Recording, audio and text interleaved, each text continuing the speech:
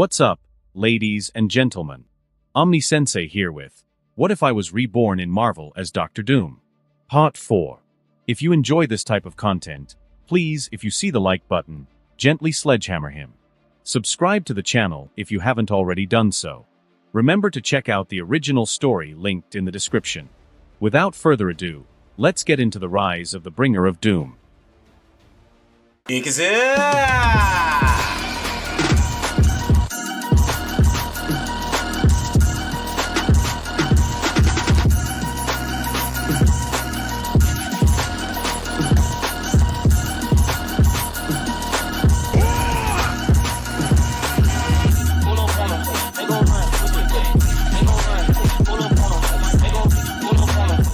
Third person, POV, a stunned look on his face. Magneto couldn't believe he had just been punched in the face. The same for his acolytes. Yet before anyone had time to process what had just happened, Victor grabbed Magneto's cape, spun him around once, and tossed him through the air, away from his people. Victor flying after him, since he wanted some one-on-one time with the master of magnetism. "No, Lord Magneto," Fabian shouted, getting a slightly deranged look on his face. His gaze directed at the Primarchs and Spartans, all of whom Exodus decided to his with a telepathic blast. But before he could, he had to defend himself from one. What?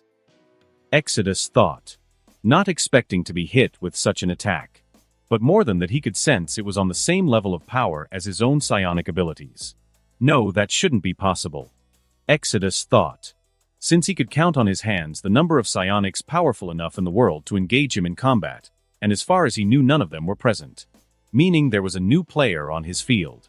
But before Exodus had any more time to think on the matter, he suddenly found himself flying through the air, a fist in his stomach, the fist belonging to Thaddeus, who was wearing an excited expression on his face, since he found that Brainiac and his Emperor's intelligence was correct. Magneto did have a psionic on his level among his group. And with that being the case, Victor had assigned Thaddeus to take him on and take him down. A job he found himself getting ready to enjoy, since he finally had an opponent on his level he could go all out against. Finally, a worthy opponent, Thaddeus thought excitedly. Meanwhile, Exodus had a look of realization on his face. "So you are the psionic who attacked me?" "That's right," Thaddeus replied. "I am known as Thaddeus, a Primarch who serves the one and only Emperor Victor Von Doom," he explained. "Now I have been instructed to give you one last chance to surrender by my lord. Please don't. I will not yield." Exodus spoke, putting an angry expression on his face, which only made Thaddeus grin even wider. "Music to my ears," he replied. Thus the battle of the psionics was on. As Thaddeus took Exodus somewhere where the two could really let loose, Magneto's remaining followers now focused all their attention on the remaining Primarchs and the Spartans standing with them. "You no good animals," Fabian shouted. "You dare to stand against us? Do dare to stand against the power of Madash? We do," Zod spoke, interrupting Fabian. "Now then, all of you, be silent and listen. Our Emperor instructed us to give you one more chance to stand down and surrender. If you do, your lives will remain intact. But do not, and we will end them without mercy.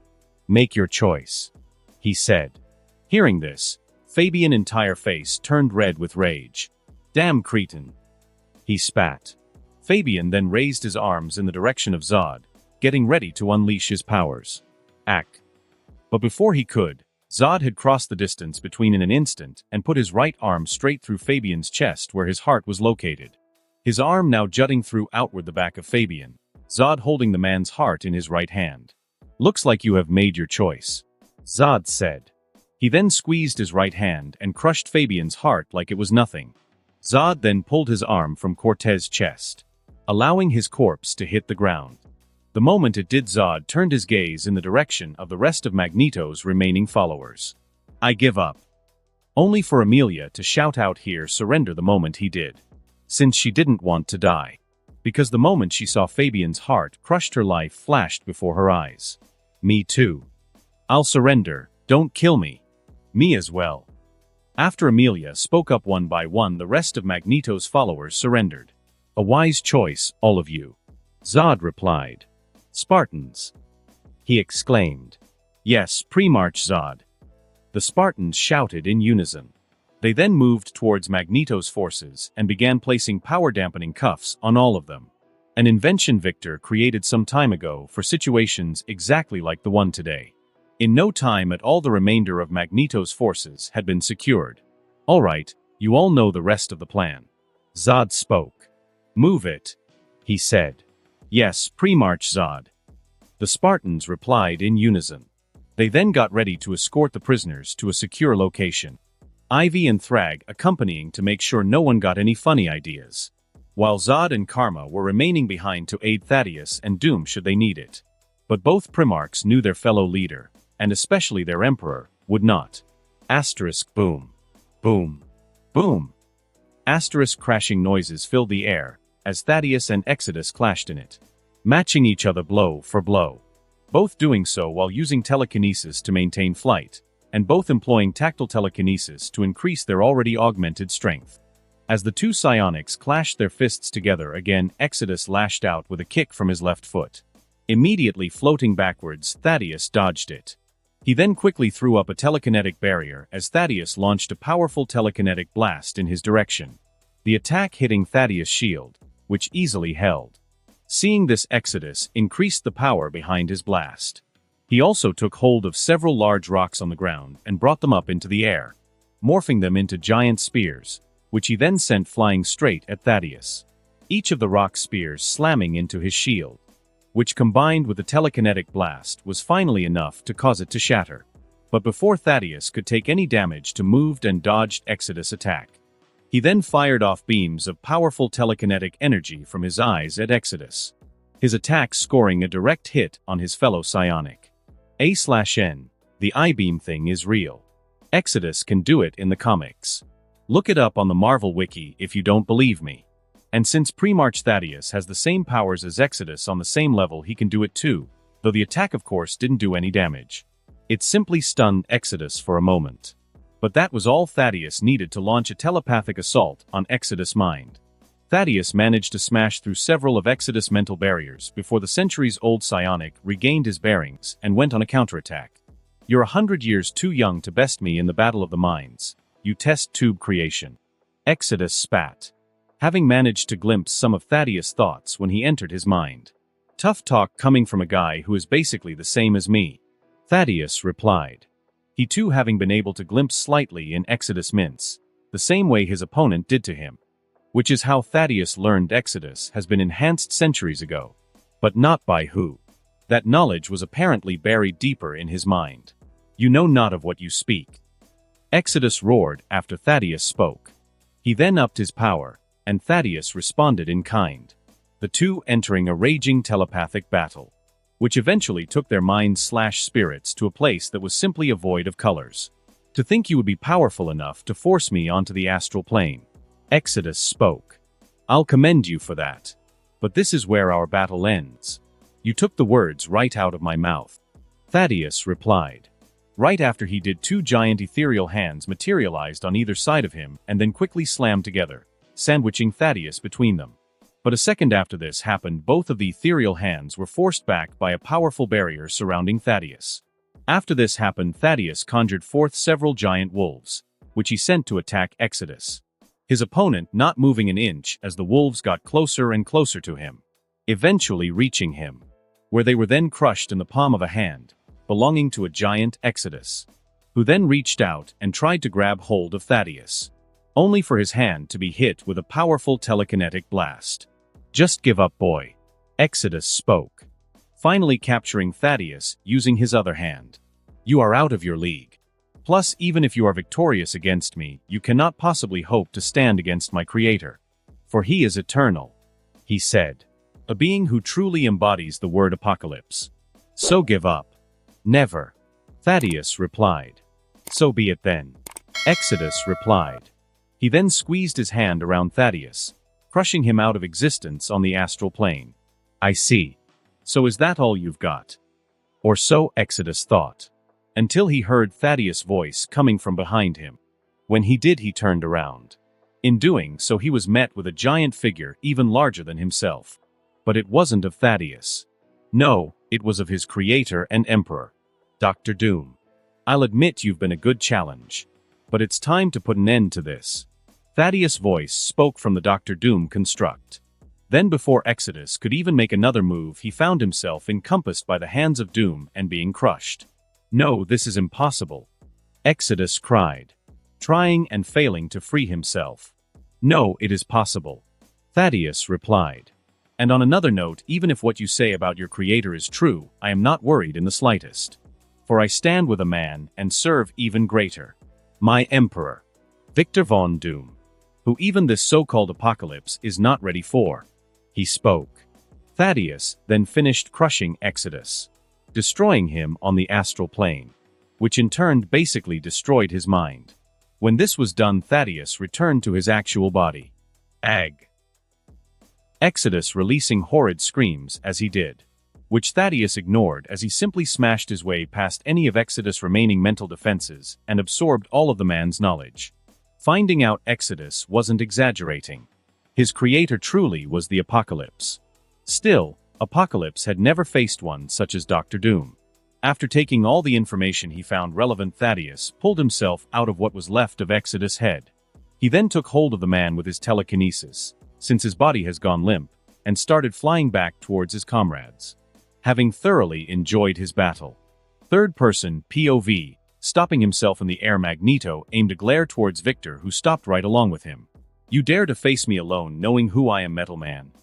Magneto asked. Yes, I dare. Victor replied. Then you are a fool. Magneto said. He then raised his left hand in Victor's direction and began using his powers to pull his armor apart. At least he tried to. Until Magneto realized his powers weren't affecting Victor's armor in the slightest. What? Impossible! Magneto exclaimed. Oh, is someone having a little performance anxiety? Doom asked, watching as Magneto put a stupefied expression on his face as he realized his powers couldn't do anything to his armor. But that's to be expected, since Victor had prepared his armor for this exact situation a while ago. He had made it so that whenever his armor was going to be affected by any sort of magnetic field, it would generate a magnetic field along the same lines of force and frequency, trying to affect his armor. Thus, just like with two magnets who had their same poles facing each other, the magnetic field generated by his armor would repel the magnetic field trying to affect it, making Victor immune to magnokinetic abilities. Don't worry. I hear it's very common in men of a certain age. Victor spoke, which only infuriated Magneto even further. So I cannot rip your armor off of you. No matter. I can still make it your coax. Magneto suddenly shouted, as Victor closed the distance between them and delivered a punch to his chest, sending him flying into the ground. Not caring one bit that he interrupted Magneto's little monologue. Since Victor is not some sort of shounen manga or anime protagonist who's going to let his enemy finishing speaking before attacking them. No, his thinking is in line with number 17 from Dragon Ball Super. Attacking his opponents, no matter what they are doing. Especially if they are in the middle of powering up or some shit like that.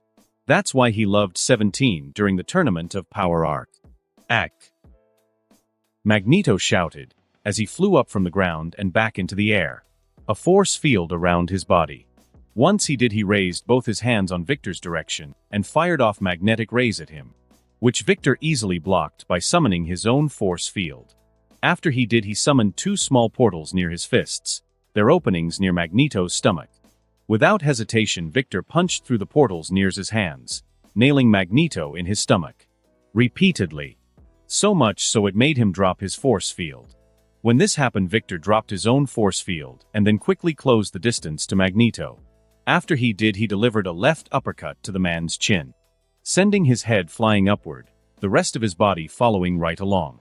Though that only happened for a few seconds before Magneto stopped his ascent, spitting up a small amount of blood from his mouth after he did. So, are you ready to give up now? Victor asked, floating up to meet Magneto at eye level, his hands behind his back like Morpheus from the Matrix. As you can see, despite your power, you cannot hope to defeat me. So give up and come along peacefully. That way you can even meet your fellow EVOs on good terms. Victor spoke. Never? I'll never surrender to you. Magneto angrily replied. And what do you mean by EVOs? He asked, I mean people like you and me. Those who have superhuman abilities. Either through natural development or through various other methods. Like scientific experiments. Victor replied. Evolved humans. A term I think fits those like us far better than the horrid term mutant. For when I hear that word, I can only imagine some grotesque monster. Don't you agree? Don't think you can distract me. Magneto spoke. He then fired off some concentrated infrared rays at Victor, leading the man to sigh and raise his force field to defend himself. I see you want to do this the hard way then. So be it. Victor said.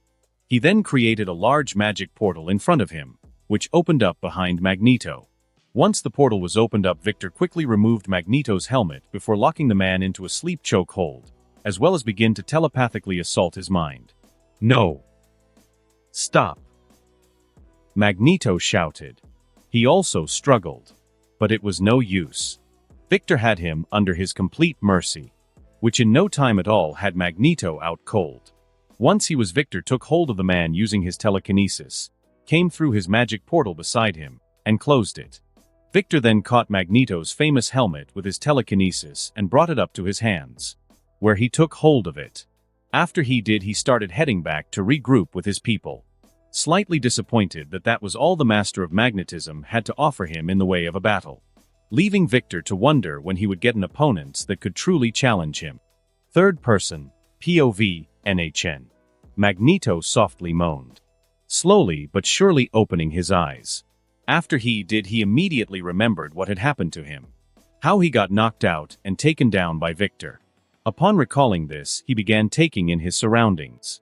When he did, he found himself lying on a cot, inside of a cell, a collar secured around his neck. No. Magneto whispered, upon realizing his situation. That of a prisoner. But before he could dwell on those thoughts, he heard a familiar voice speak to him. Well, looks like you're finally awake. Turning his head in the direction of the voice, Magneto noticed Victor seated in a chair right in front of him. The two of them separated by a clear wall. Seeing Victor before him, Magneto found his anger bubbling to the surface. So he then began calling upon his powers, only to find that he couldn't. Magneto couldn't feel his powers at all, making the man put a surprised, and at the same time horrified, look on his face. Let me guess, you tried to access your powers and found that you couldn't? Victor mused. Magneto said nothing in response, but the look on his face told Victor all he needed to know. I thought so. Victor said. Well, that's to be expected, given the collar around your neck is a power-dampening one. So no powers for you. He explained. A dampening field is also being generated continuously inside of your cell as well. So don't get any ideas about removing your collar and planning some great escape. Not that you could remove anyway. Consider all the security measures installed within it. He spoke. I see. Magneto replied. Yes. Victor said. Now then, with the most important things out of the way for now, let's you and I have a friendly chat. A chat? Don't patronize me. Magneto spat. If you're going to kill me, just hurry up and do it. Hearing Magneto's words, Victor couldn't help but snort. Magneto raising a brow at his actions. Something you find amusing? He asked. Yes. What you just said. Victor replied. He then put a devilish smile on his face. For you see, Max, if I had wanted to kill you, I could have done so already without any trouble. He explained. Magneto finding himself feeling fear for the first time in a long time.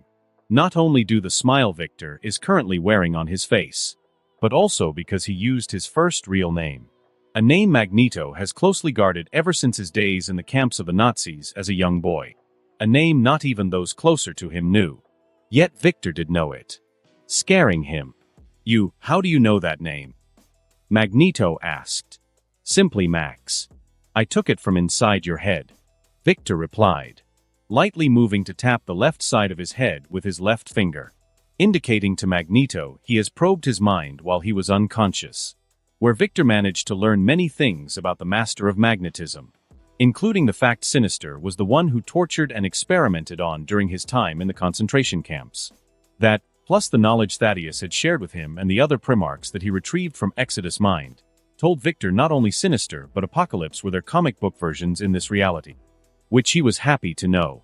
Especially in the case of Apocalypse. Sinister was nothing special, a minor nuisance. But Apocalypse was a different story. That's why Victor had already begun his plans for dealing with the man when he tested his ugly head. Ones that would put him on the ground, permanently. I see. Max replied. So is that the reason I am in this cell? You wish to make me relive the suffering and torment I experienced as a boy for your own amusement? Again, no. Victor replied. You are in this cell as a punishment for your actions against my nation, and a precaution to make sure you do not cause any more trouble. Though depending on how you behave, you might not be in there for long. What do you mean? Max asked. Before I answer that, allow me to give you a glimpse of the Latveria my people and I have worked to create. Victor said. He then snapped his fingers. When he did, 2 Doombots came to stand on either side of him, while the clear wall separating the two of them moved up into the air until it was entirely gone. After it was, Victor stood to his feet. Come Max, allow me to show you the world as I see it, he said. Hearing this, Magneto was tempted to be stubborn and remain in his cell, but knew this was too good an opportunity to pass up, especially if he could gain valuable intelligence against Victor and Latveria, not to mention on the whereabouts of his followers. So with that in mind, Max stood up and walked to Victor's side. Thank you, Victor replied. Now then, let's go, he spoke. Victor then started walking, Max, and the 2 Doombots, following right behind him. The small group moved through some twists and turns until they arrived on a launch pad, where a hovercar was waiting for them. Victor's personal one, which he headed straight for as soon as they arrived. The rest of his group following behind him. Reaching the hovercar, Victor and Max climbed in.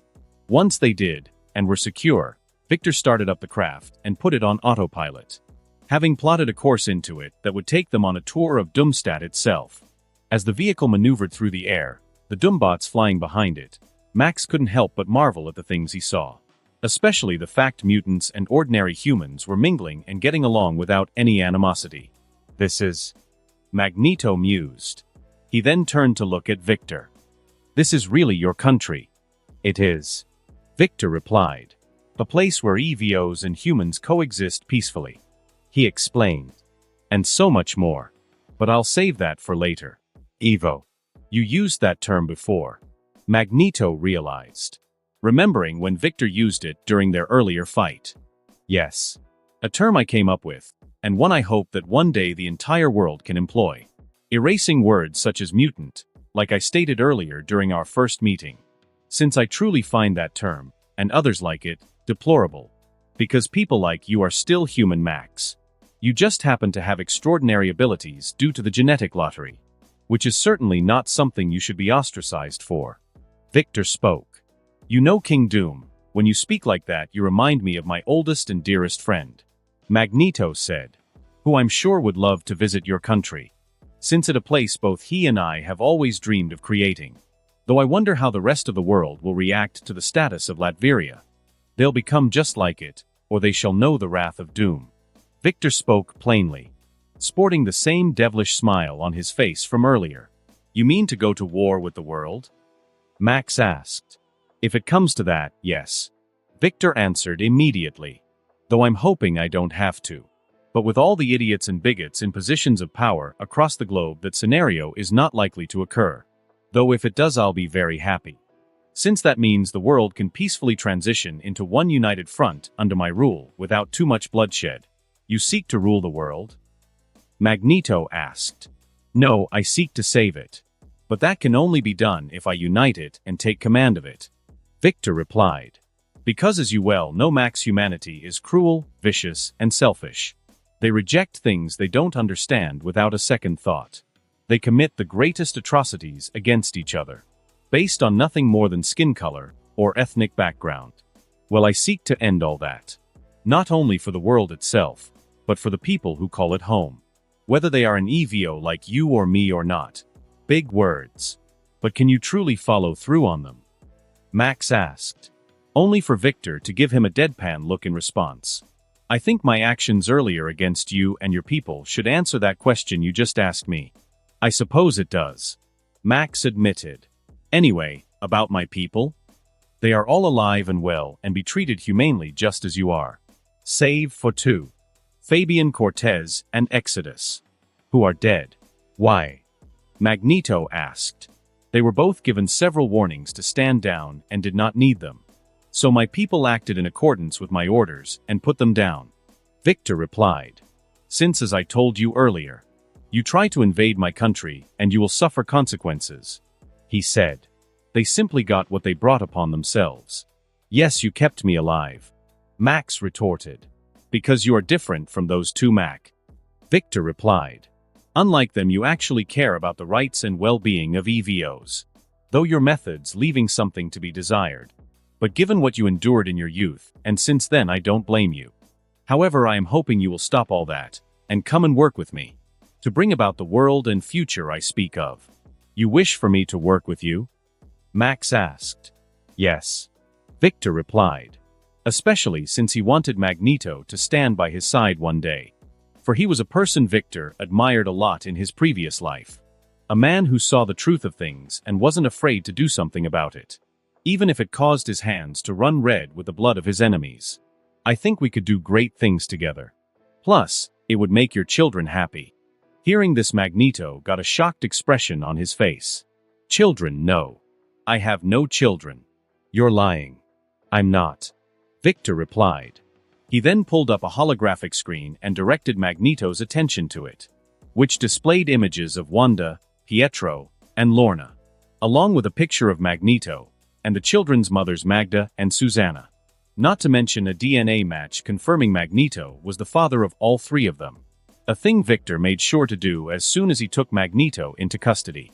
As you can see from the information displayed, you are a familial paternal match to the twins Pietro and Wanda Maximoff, and their younger half-sister Lorna Dane.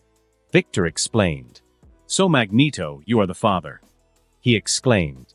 Magneto getting a Homer Simpson look on his face at the revelation he had 3 children. Seeing this, Victor took out his phone and snapped a quick picture. He then slipped it back into his pocket. As he did, Magneto finally came out of his stupor. These are my children. He asked. Do you still not believe me? Victor asked. No, I do. Max replied. The girls. Both of them have my mother's eyes, and the boy looks exactly like I did in my youth. He explained. I just can't believe it.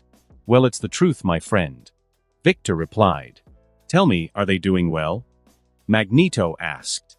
They are. Victor replied. In fact, all 3 of them are residents of Latveria. Truly. Truly. Victor replied. Upon hearing this, Magneto couldn't help but smile. He then asked a question that suddenly came to his mind. Can I meet them? Actually, you're about to. Victor said. Just as he did, the hovercar landed and the top opened up. Having landed on the same launch pad they took off from when they began their tour of Doomstadt. But this time Lorna, Wanda, and Pietro were standing on it, waiting for them. Victor having arranged this meeting the moment he confirmed Magneto was the biological father of all 3 of them. Not only to give the children the father they had been longing to meet, but also to strengthen Magneto's loyalty to Latveria overall. Seeing his children, Magneto was shocked. But that shock was quickly replaced by fear. Still, he fought through it and got out of the hovercar to walk over to his kids. Hello there. Magneto said. Hello. Wanda said. What's up? Pietro replied. Hi. Lorna spoke. So you are our father? Yes. It seems I am. Magneto said, putting a soft smile on his face. Then before he knew it, he even found himself crying a little bit. As this happened, Victor simply stayed quiet and watched on, allowing the first meeting between a father and his children to go on without any interruption.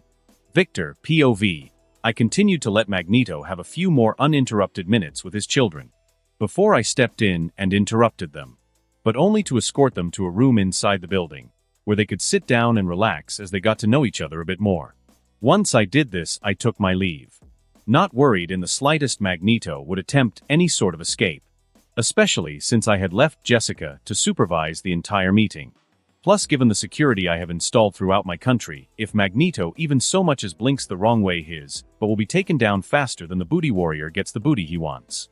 But again, I don't think anything along those lines will take place. Given the look I saw in old Max's eyes the moment he actually came face to face with his children. It's the same look I'm sure I get when I look at Kristoff. That of a parent admiring their child. So I'm sure old Buckethead will be a good little boy. I mean, he better if he wants to keep getting quality time with his kids. Since if he takes one wrong turn, I will cut off all contact between the four of them. For I will not allow Max to infect those three with his highly extremist views, and have them turn out anything like they did in canon in the comics. Namely because they are citizens of my country, and no one shall lead astray those under Doom's protection, lest they wish to forfeit their life. Moving on. Having concluded my only major meeting for the day, I returned home. I then went to see what Kristoff was up to. Since with all that's been going on these past few months, I haven't had a chance to spend as much quality time with him as I wanted. I mean, I knew this would happen once I started ramping up my plans, but still. I let those thoughts linger for a moment before I dismissed them. Once I did, I had Brainiac inform me of Kristoff's location, which was one of the training fields surrounding the castle. Heading to his location, I arrived in no time, only to find quite the sight. Kristoff sparring against 3 Doombots using his Force Lance, dressed in an exact copy of Revan's armor from Star Wars. Seeing this, I used my technopathy to contact Brainiac. Brainiac, please tell I am not imagining things right now. Tell me my son is currently wearing a replica of Revan's armor from Star Wars. I said. You're not imagining things, boss. That is Kristoff wearing an exact replica of Revan's armor. One which he made all by himself at that. Brainiac replied. I see. Thank you. I replied. I then cut off our connection and continued to silently watch as Kristoff continued his spar against 3 Doombots. Just like his friends off to the side. Which included Laura, Riri, and Julio, who have become some of Kristoff's closest friends ever since they arrived in Latveria. Pietro and Wanda being on that list as well. A few more minutes passed before Kristoff's spar came to an end, with him as the victor. The moment this occurred, the Doombots stepped back and Kristoff removed his helmet, where he then immediately noticed me, putting a smile on his face. Dad. Hey son. I replied, finally walking up to Kristoff and his friends, all of whom greeted me and me them. So, nice armor you got there. And you chose to build Revans of all the ones out there. Looks like someone's been playing Koter. I spoke. Yeah. Kristoff happily replied. Good boy. I said, giving him a pat on the back. So, wanna tell me the reason you decided to make yourself some Revan armor in the first place? I asked. Since I am very curious. Because I wanted armor like yours father. Kristoff revealed. It's also because he wanted to impress you, Mr. Victor. Laura bluntly spoke. Laura. Kristoff exclaimed, getting a hint of red on his cheeks in embarrassment. What? What is the matter? Laura asked, titling her head slightly. Ah, did I not understand social cues again? If so, my apologies, she said, which caused both Riri and Julio to burst out into laughter. Even I stifled a chuckle. Despite the fact Laura not understanding social norms is currently normal for her, given how she grew up until coming to Latveria. Of course she's in therapy to help her develop it, and interacting with others her own age definitely helps. But if that just now was any indication, she still has a long way to go. Though I'm sure she'll get there someday. Soon the laughter died down. Well, I got. Anyway, have fun all of you. I said, we will father. Kristoff replied. In fact, I'm just about to take everyone to watch this new anime I found called Fate/Stay Night. Oh, that's a good one. I replied. Proud that my son is becoming a man of culture right before my very eyes. Since I didn't even tell me about Fate/Stay and the Naceverse yet. He discovered it all on his own. Though that does make me a bit worried. Seeing as how Kristoff has developed a habit of turning things in fiction into reality, and given how the Naceverse is, I just hope I don't see him trying to recreate any noble phantasms. At least, not until he's a bit older. I made a mental note to make sure Brainiac was on the lookout for that. Then once I did, I finally took my leave, not wanting to interrupt Kristoff times with his friends. After I did, I went to my personal laboratory facility. Though before I could even sit down, Brainiac spoke to me. My Emperor, I have news I must share with you, he said. And why did you not do so earlier? I asked him. The setting you were in was not optimal. Brainiac replied. Translation, The information Brainiac had to share with me was not something just anybody could hear. Telling me it was important. Understood. Now then, what is the information you wish to share with me? I spoke. When I did, Brainiac shared the information with me, which made me smile. Once I did, I began making a plan surrounding the information Brainiac just shared with me, since it would lead me to a location I had been searching for some time. Atlantis. Unnamed island, Atlantic Ocean. May 14, 2008. In my armor, I stood on the beach of the island, whose location Brainiac had provided to me a few days ago.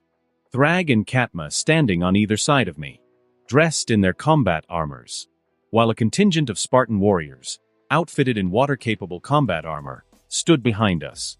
All of us waiting for the target Brainiac had tracked to this island to appear before us. While he did, I listened to Bye Bye Bye by NSYNC inside of my helmet, since I suddenly felt the urge to. A/N, my MC died and reincarnated before Deadpool and Wolverine came out. So he doesn't know the significance of the song. We continued waiting until my armor sensors picked up several fast-moving objects in the water converging on our group's location. Upon noticing this, I stopped the music and then spoke up. They have arrived, I said. The moment I did, I could sense Thrag, Katma, and the Spartans preparing themselves for combat.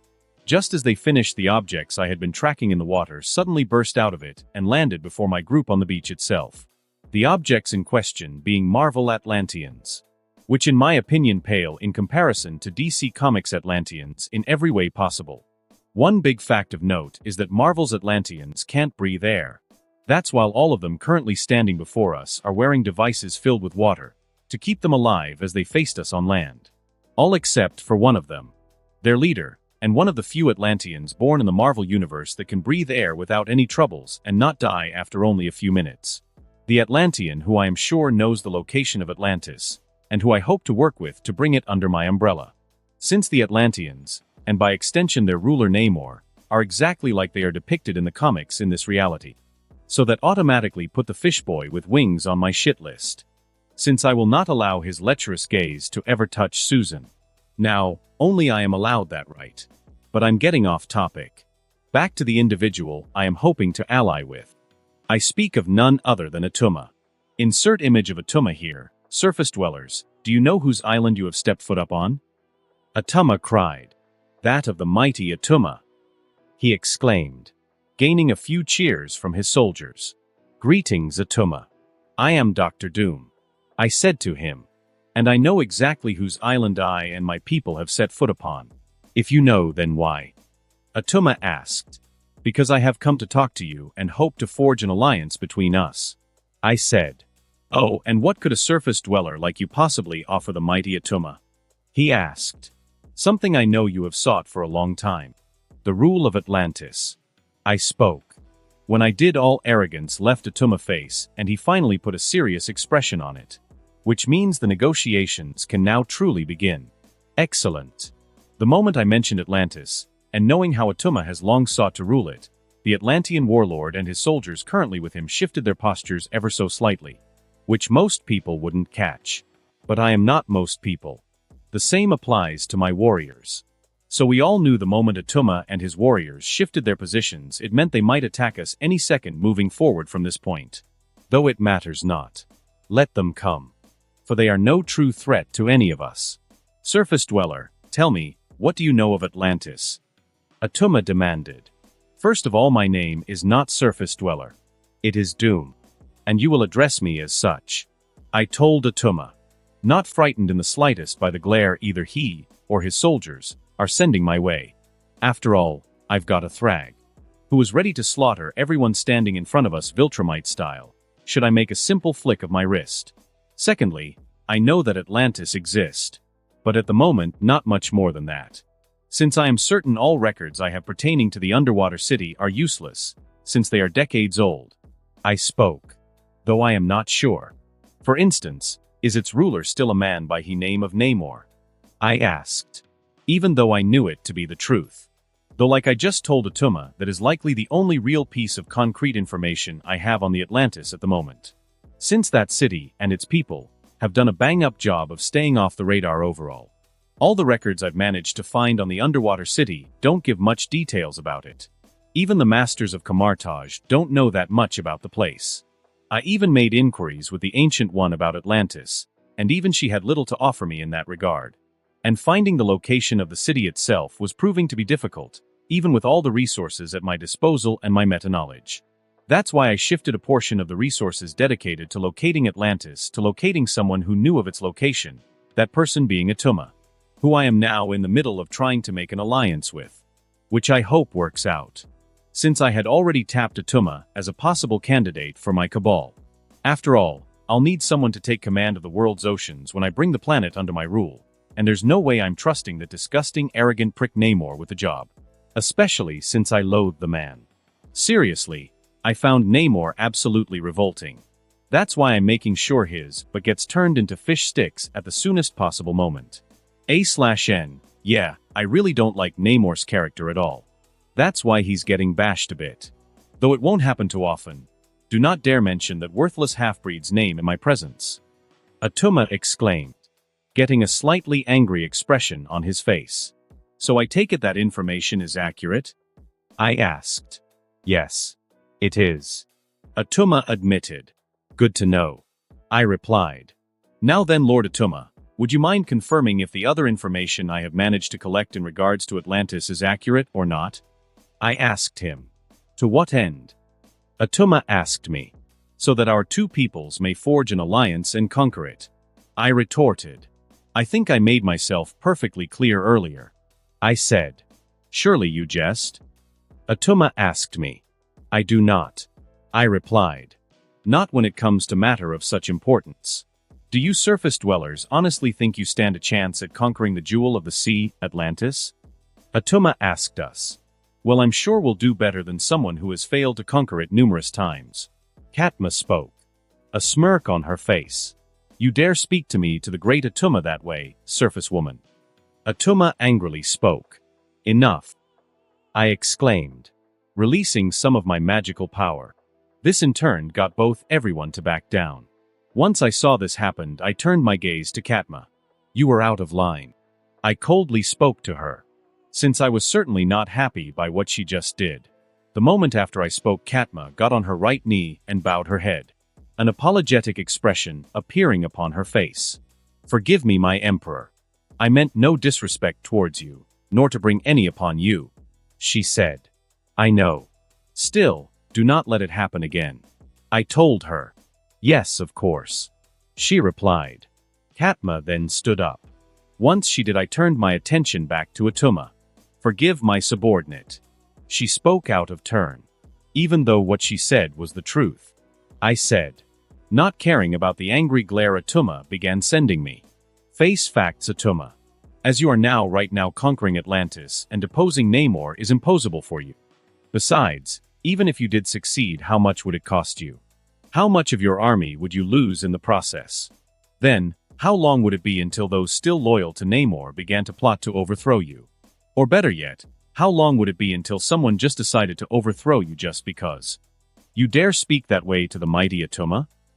Atuma shouted at me. Yes, I dare. I easily replied. Because it seems everyone else around you is too scared to tell you the truth. Which is that you're putting yourself in a never-ending cycle that will either end up with you dead, or mutually assured destruction on both sides. However, if you agree to an alliance with me, that won't happen. Should you accept my offer to work together, I can not only promise you Atlantis, but rule over all the world's oceans. So long as you agree to the terms of the offer course. Which would be? Atuma asked me. That you abide by the rules I set. When I become the sovereign of this planet we all call home. I spoke. So you would have become your subordinate? Atuma exclaimed. Yes, but also no. I immediately replied. You would not be a subordinate, but a partner in a group that would lead Earth to greater heights. All under your command? Atuma asked me. Naturally. I replied. I mean, I am the one who had the idea in the first place, and founded the group you will be a part of. Should you choose to accept my offer? And if I don't? Atuma asked me.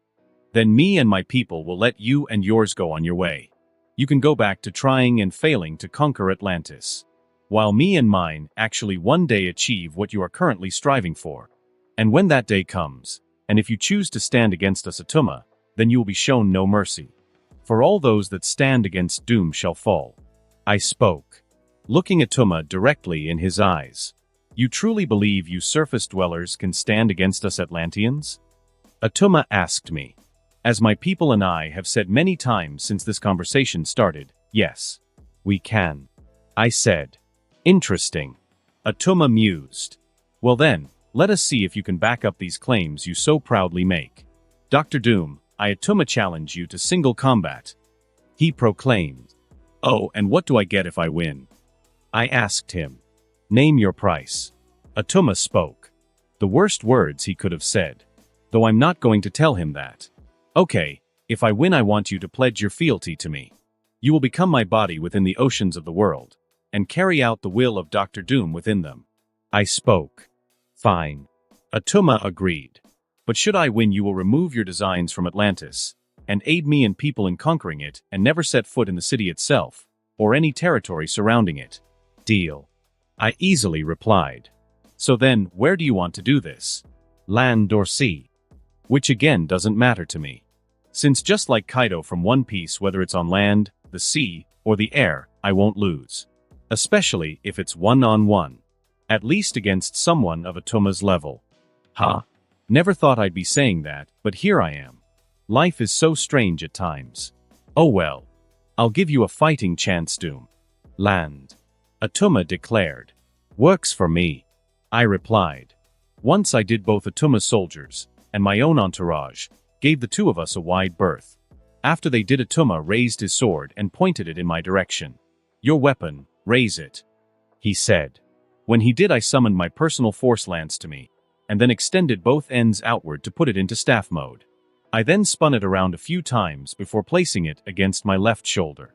Is that really the weapon you will go with? Atuma asked me. Yes, it is. I replied. Especially since any and all force lances created are done so with adamantium. So all it will take is one whack from it and someone's head will cave in. Well, normal people. Enough talk, let's get this show on the road. I spoke. Very well. Atuma replied. He then got ready to begin the battle. As he did I decided to start up, bye, again in my helmet again. Since the damn song is stuck in my head for some reason, and I can't get enough of it today. While the music began, Atuma charged at me, swinging his blade downward. But with my skills and abilities, I easily dodged his attack by moving to the right. After I did I slammed one end of my force lance into Atuma's gut.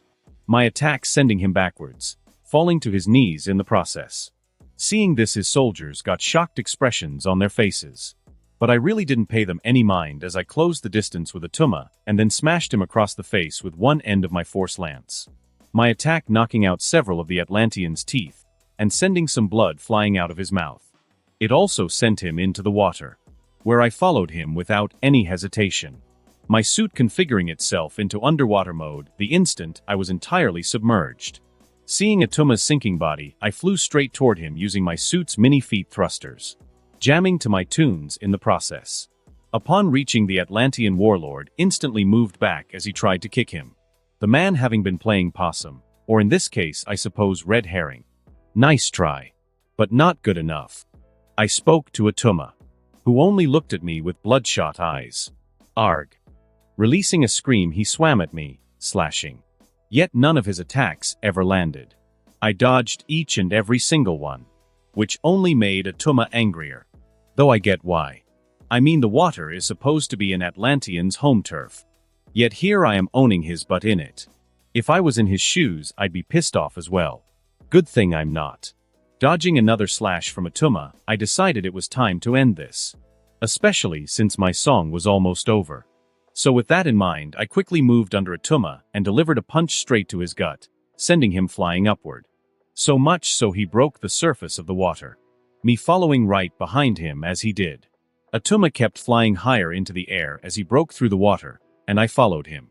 Eventually reaching him. Once I did, I used my free hand to grab him, and then I tossed him over my shoulder toward the beach where I duel first began. Atuma landing on it with an audible thud, creating a nice-sized crater. Seeing this, I nodded to myself. I then flew towards Atuma as he tried to stand up. But before he could entirely, I reached him. I then delivered several blows to his body using my force lance, hearing cracking noises in the process, which were definitely Atuma's bones breaking. But he'll be fine. For all, I'm not trying to kill him. I'm just showing him his place. Which I continued doing for another minute until I noticed Atuma had blocked out.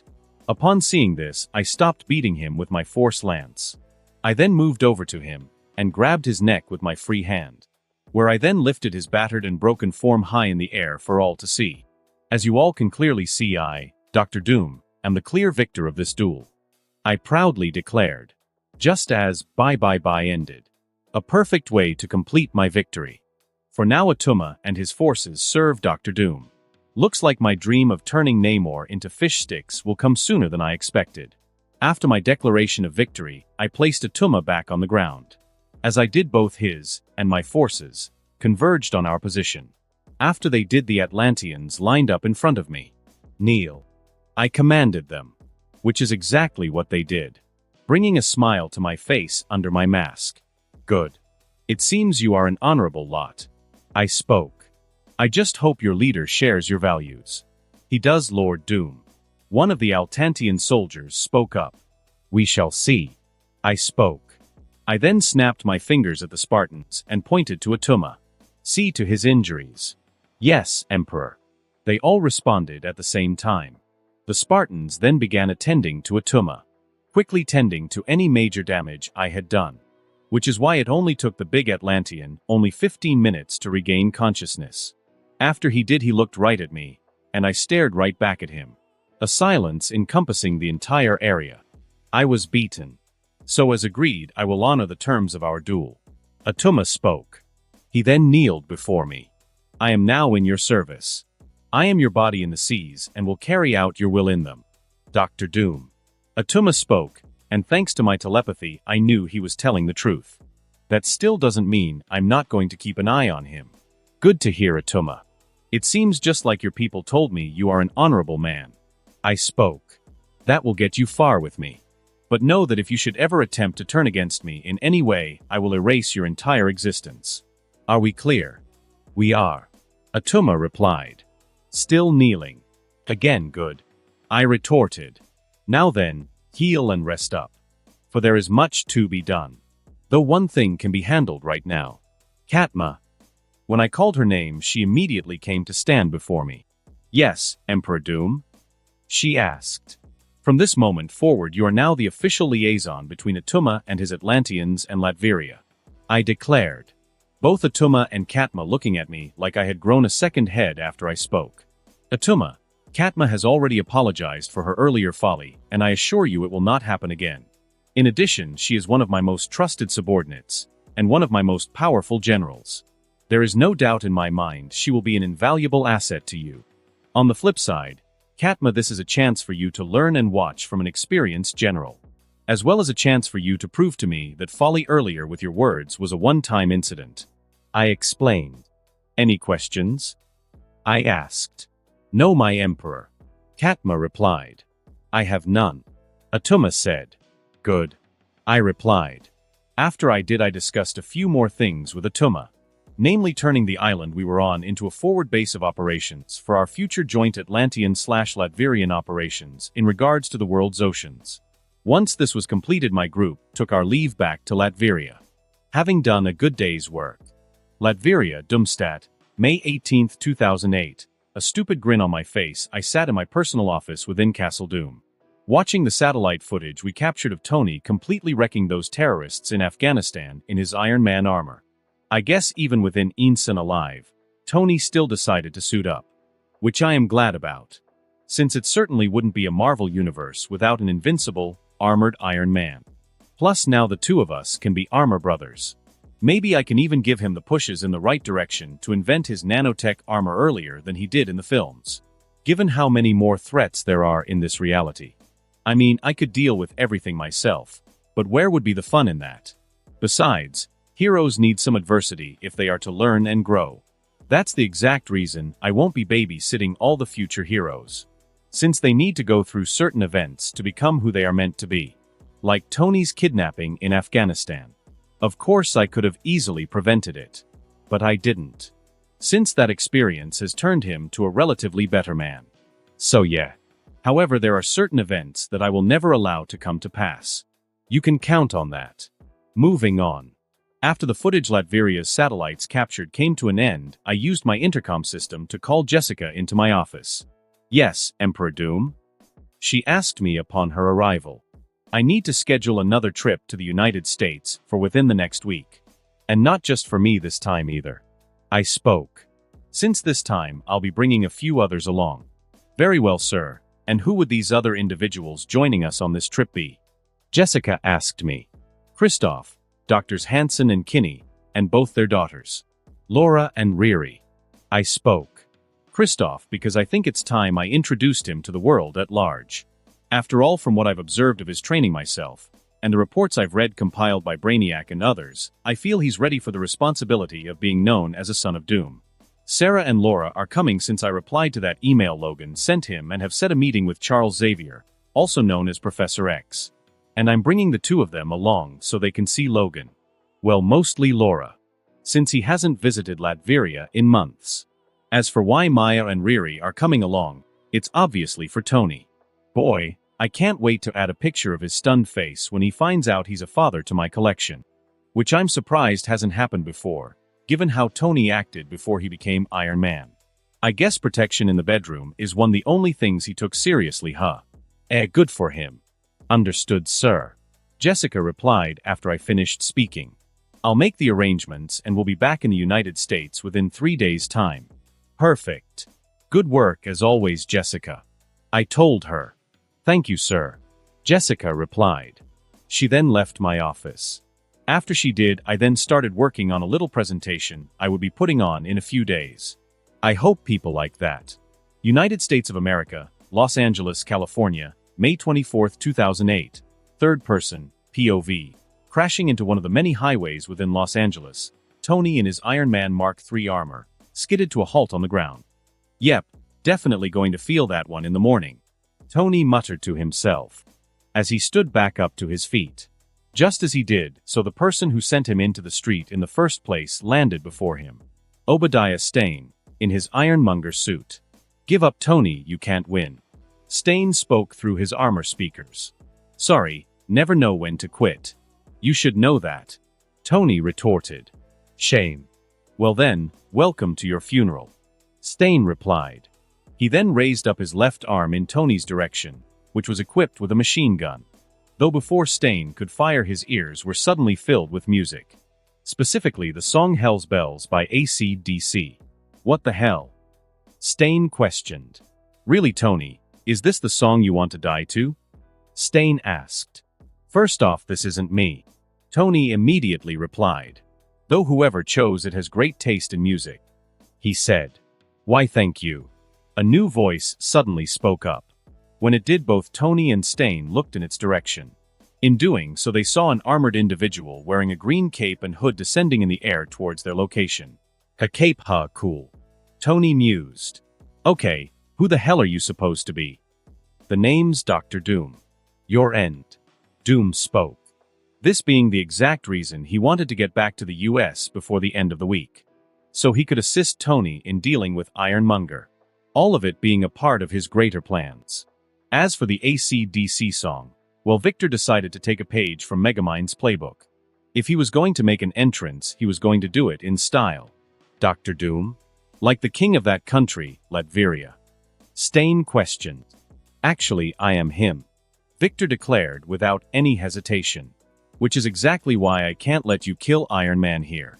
Seeing as how my people saved him, and it would undo all our hard work if he died at the hands of a cheap knockoff, who can't compete with his genius nor could compete with the genius of his father. Ain't that right, Stane? Hearing this, Stane got incredibly angry. Damn you, Doom. Stane roared. He then raised his machine gun-equipped arm and began firing at Victor, who didn't even move as the bullets began hitting him. Seeing this, Stane started to smirk, only to stop when he realized his bullets had done absolutely nothing to Victor's armor. They didn't even dent it like they had with Tony's. Is that all? Victor asked. Once Stane stopped firing at him. If so, then it's my turn, he said. Then before Stane could even respond, Victor appeared before him, almost as if my teleportation. But it wasn't this time. Victor had just used his speed to close the distance. Moving on. Before Stain could even blink, Victor punched him right in the center of his chest, his fist easily going through the Ironmonger suit and piercing through Stain inside of it. "What?" Stain managed to say. But then he coughed up blood. "Like I told you, Stain, I am your end," Victor repeated. He then removed his hand from Stain's chest and flicked the blood off it into the street. After Victor did this, he blasted the Ironmonger with electrical energy, frying Stain and the suit without any hesitation, which he did for a few minutes before stopping, leaving the suit, and definitely Stain inside of it, a black and charred mess. Once this was accomplished, Victor moved over to Tony, who had been rendered speechless by what he had just seen. More so over the fact his armor scanners couldn't get any readouts on Victor's armor. It was like nothing he had ever seen. Seeing that Tony wasn't going to speak, Victor decided to break the silence. "Hey Stark. Nice armor you got there." Hearing this, Tony snapped back to reality. "Yeah, thanks.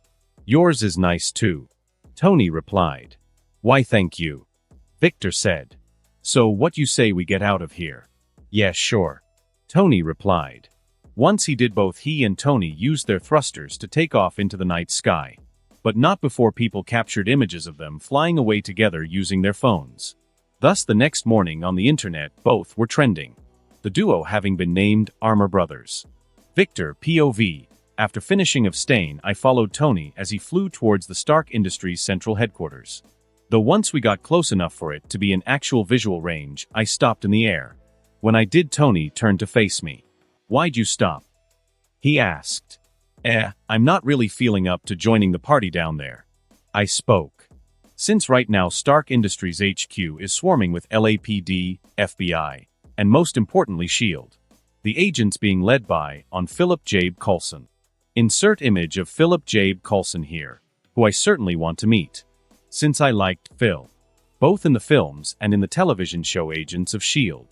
Though not right now, considering Coulson is one of Fury's most trusted agents, and one of the few people in the world the eye-patching wearing king of paranoia, that likely even puts Batman's to shame, can call a friend.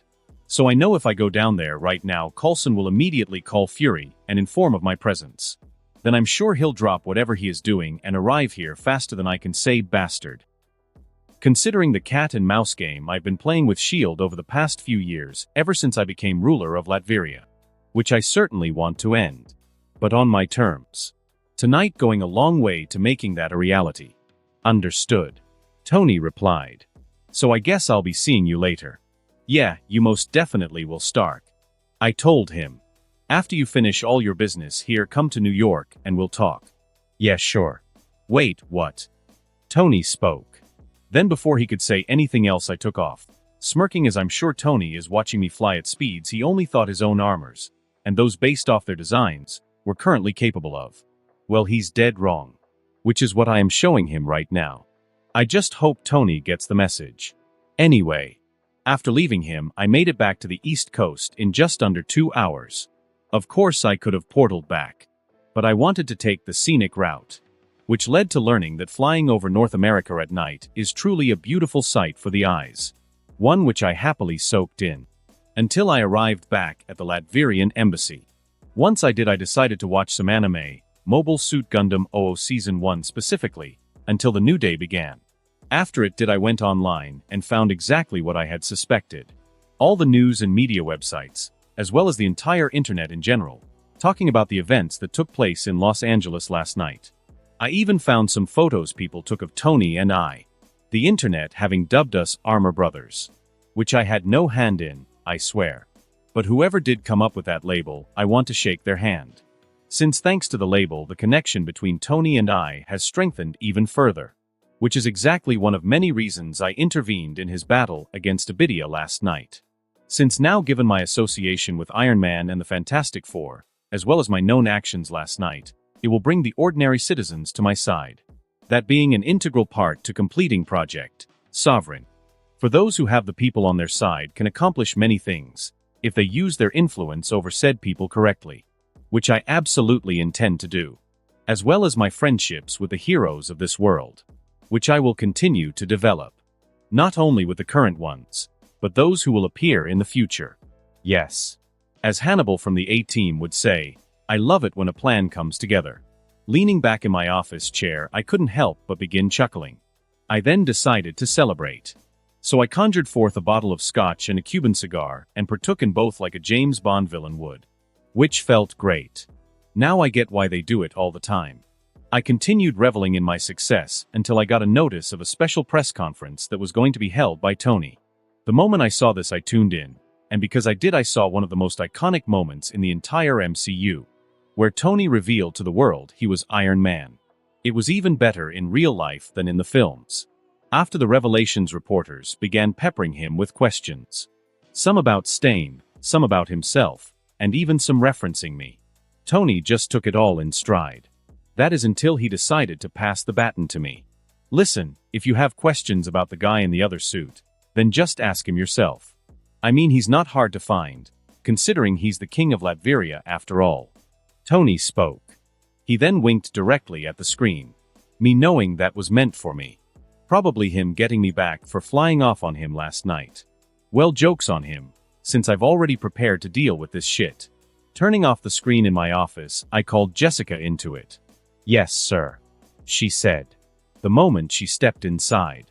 Yeah, looks like Stark just outed me to the entire world, even though I totally saved his butt last night.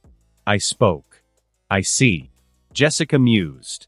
So that means we must enact the plans in regards to your identity going public. Correct as always, Jessica. I replied to her. I honestly don't know what I'd do without you. Sir, we both know you'd manage perfectly fine. Jessica retorted, a smile on her face. Sure, but then who would I have these witty banter sessions with? I asked her. Brainiac. Up yours, Victor. Brainiac spoke. Yes, yes. I spoke. Chuckling. Jessica and Brainiac soon joining me. Ah, it's always good to share a few good laughs with friends. May 27, 2008. Third person, POV. Moving through the halls of the Latverian embassy, Nick Fury kept on his toes. 3 days has passed since the incident in Los Angeles involving Tony Stark, where he threw the cover story Coulson gave him out of the window and announced to the world he was Iron Man. That gave Fury one of his biggest headaches in recent years, which is why that very night he decided to have a chat with Stark.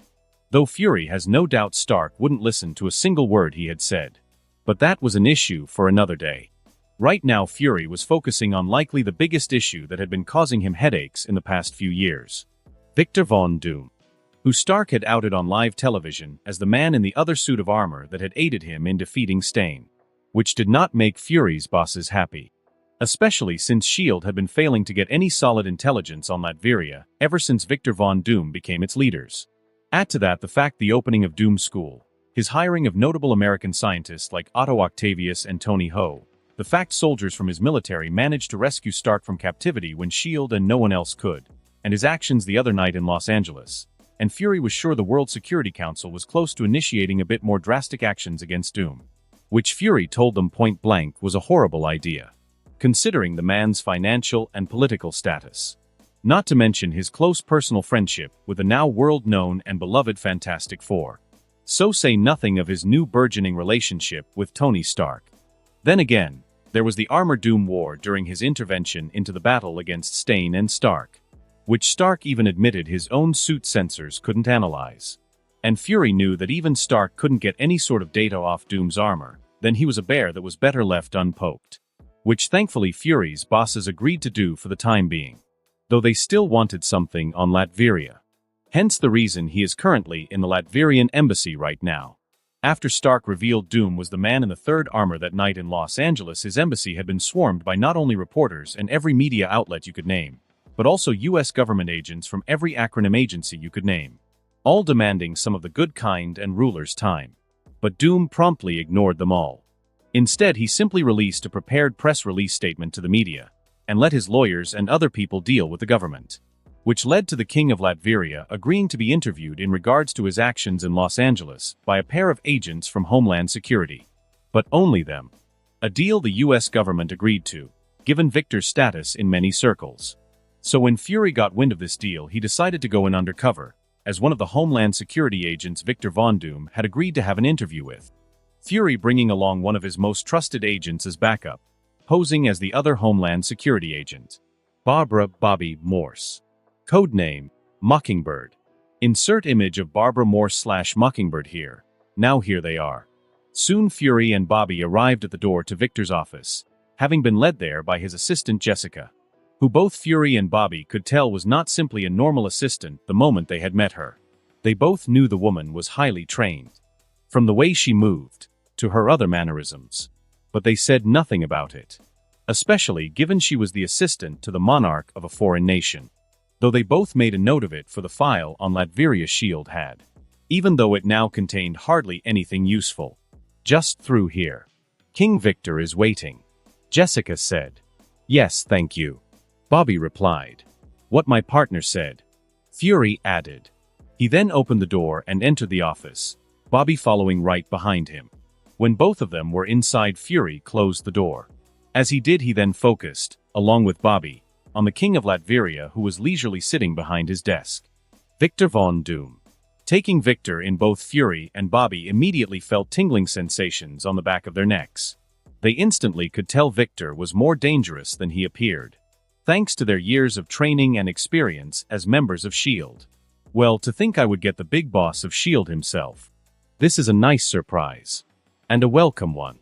Since I've been meaning for us to have a chat for a while. Victor spoke. Though neither Bobby nor Fury reacted. Sorry, sir, I don't know what you mean. Fury said. My name is Colonel Nick Fury, Director of S.H.I.E.L.D. Victor interrupted and finished for Fury. And I can only assume that woman standing next to you is one of your agents. He said. Even though Victor knew exactly who he was looking at. Bobby Morse, aka Mockingbird. Upon seeing her, he used his technopathy to instruct the nanites in the room to obtain a blood sample from her, like they were doing with Nick Fury. Since Victor wanted to see if this reality's version of Mockingbird had a mix of the Infinity Formula and a super soldier serum flowing in her veins. That's also the reason he had his nanites collect blood from Nick Fury. To see if he had either the Infinity Formula or a super soldier serum in his veins like his many incarnations did in the comics. Though it's not like Victor needed either serums, given the many he has created. He simply wishes to sate his curiosity in regards to them. Hearing Victor so blatantly call him out, Fury decided to drop any and all pretenses. Yes, you're right. I'm Nick Fury, Director of S.H.I.E.L.D. And this woman standing next to me is one of my agents. You can call her Mockingbird. He said. Oh, Mockingbird, does that mean you mimic voices or something? Victor asked. Haha. Bobby responded with a dry laugh. Very funny. She deadpanned. It was just a question. Victor mused. Yeah. So how about we cut the bullshit and you tell us what you actually want? Bobby spoke. What my agent said. Fury added. All right then. Victor replied to them. Let's cut to the chase. I know S.H.I.E.L.D. has been trying to gather intelligence on both me and my country ever since I liberated from the rule of its previous governments and the idiotic ruling family, the Fortunovs. Put simply, I want you to stop doing that. Since no matter how hard you try, or what method you use, you'll never be able to get the results you desire. You sound so confident, but you never know. Bobby spoke. No, Agent Mockingbird, I do know. Victor replied. For you are talking about my country, my homeland, the place that I rule. Latveria. So when I say you will get nothing on it, unless I allow it, then take those words to be the truth. He spoke in a tone of finality. Both Bobby and Fury, realizing Victor was dead serious. The look in his eyes told them he wasn't lying. We hear you. But unfortunately, we can't just stop doing what we are doing. Fury said. Ah no, I know. Your boss is on the World Security Council, not to mention the pressure you're getting from elsewhere. Most likely from the United Nations. Victor casually spoke, revealing exactly what Fury had been dealing with over the past couple of years. Just how far does his reach go? Fury thought. I do not envy your job, Director Fury. Victor said. All those people giving you orders, expecting you to carry out impossible tasks at time. I guess that's why all the hair atop your head has fallen out. He spoke, wiping a fake tear away from his eye. Fury's one good eye twitched at that comment, while Bobby stifled her laughter, since she had to admit that was funny. But have no fear, since I'll help you keep from losing any more hair and get all your bosses off your back. Victor spoke. How? What could you possibly do? Fury asked. When he did, Victor put a devil's grin on his face. Why, I'm glad you asked. Simply put, I'll give you access to resources that will make your overall job easier. Technology, intelligence, even actual assets that will help your agency in completing some of its most difficult missions. And what do you want in return? Fury asked. Since he had been around long enough to know a deal like this didn't come without some sort of catch. We can work that out later. Victor easily replied. After all, I don't want to overwhelm the both of you too much in one day. Instead, let's table that discussion for now, and let me tell you why I assisted Tony Stark against Obadiah Stane in Los Angeles 3 nights ago. Now that I would like to hear. Bobby spoke. Why did you do it? Because I didn't want Stark, nor any innocent people to get hurt. Victor spoke. You're joking? Bobby asked. Oh no, I assure you. I am quite serious. Victor replied. As a friend of the people, I couldn't simply sit by and watch as they got caught in the crossfire of that battle. So I stepped in and ended it before any real casualties could occur. Including Stark's. Given that it was members of my military that rescued him. And how exactly did they accomplish that when on one else, even S.H.I.E.L.D. could? Fury asked. All in due time, Nick. Once you accept my deal, of course. Victor replied. Though I don't need an answer today. Take some time, think about it. Then get back to me. He spoke. Victor then threw a card at Fury, who caught it. Once he did, Fury looked down at the card and saw a phone number on it. A number you can reach me at when you decide about my offer. Victor said. Well then, good day to you both. He spoke. After he did, Fury and Bobby took their leave of his office, and then were escorted out of the Latvian embassy entirely. Both of them still thinking about that meeting they just had with Victor. Bobby wondering how much of it she should tell her husband, Clint, about. While Fury was busy mulling over Victor's offer, as well as elevating the man as the most dangerous threat in the entire world at the moment. The meeting they just had having sealed the deal in his mind. Victor, POV, as I used the exterior surveillance equipment installed across the entire embassy grounds to make sure Nick and Bobby actually took their leave, I began planning what I would give Fury once he accepted my deal. Which I know he would. Since unlike his bosses, Fury doesn't have his head up his hard, or is part of that tentacle-worshipping cult. Meaning, I feel we can accomplish great things together in the future. Plus, having the true S.H.I.E.L.D. in my corner will go a long way to making sure Project Sovereign succeeds without too much unnecessary bloodshed. Well, the blood of those that matters. As I continued contemplating the future, I was interrupted as Jessica entered my office. Yes, Jessica? I asked her. Sir, sorry to disturb you, but your second meeting of the day has arrived. She explained to me. They're early. I spoke. Yes. So what will you have me do? She asked. Having them shown to a meeting room, and let them know I'll be there momentarily. I said. Of course. Jessica replied. She then left my office. After she did, I took a moment to center myself and prepare mentally for my second big meeting of the day. Once I did, I left my office and headed straight for the room where my guests were waiting. Arriving, I entered it. Finding some of the most iconic Marvel characters enjoying some snacks and refreshments. I'm speaking of the X-Men. First, we have the founder of the group himself, and one of the most powerful naturally gifted telepaths to ever be born on Earth, Charles Xavier. Also known as Professor X. Who thankfully looks nothing like Patrick Stewart, given that the man still played Picard in Star Trek. Second, we have the weather mistress and chocolate goddess, both literally and figuratively, herself Ororo Monroe, who is also known as Storm, who is the spitting image of Halle Berry. Insert image of Ororo Monroe/Storm here. Third, we have the big blue furball, and one of the smartest men in the entire Marvel Universe, Henry Hank McCoy aka Beast. Insert image of Hank McCoy/Beast here. Then finally there's Logan, who obviously needs no introduction. Hello to you all. You might already know me, but I still feel introductions are in order. I am Victor Werner von Doom, the King of Latveria. A pleasure to make your acquaintance. I spoke. Then right after I did, both Sarah and Laura entered the room. The latter walking right up to the couch Logan was sitting on and took a seat beside him. Ah, so this little one must be the Laura you've told us about, Logan. Ororo said. Yes, she is. Logan replied. And you must be Dr. Sarah Kinney. Hank spoke to Sarah. I have to say from what little I've been able to find of your work before your unlawful imprisonment began has me very intrigued," he said. "Why thank you, Dr. Henry McCoy," Hank finished for Sarah. "But most people simply refer to me as Hank." "Understood, Dr. McCoy," Sarah replied. She then took a seat on the couch Hank was sitting on, and the two of them suddenly began a scientific discussion, getting lost in their own little world, while Aurora was focused on teasing Logan about Laura. Seeing this, I turned my attention to the only other unoccupied man in the room, Charles, who thankfully I haven't sensed trying to get into my head.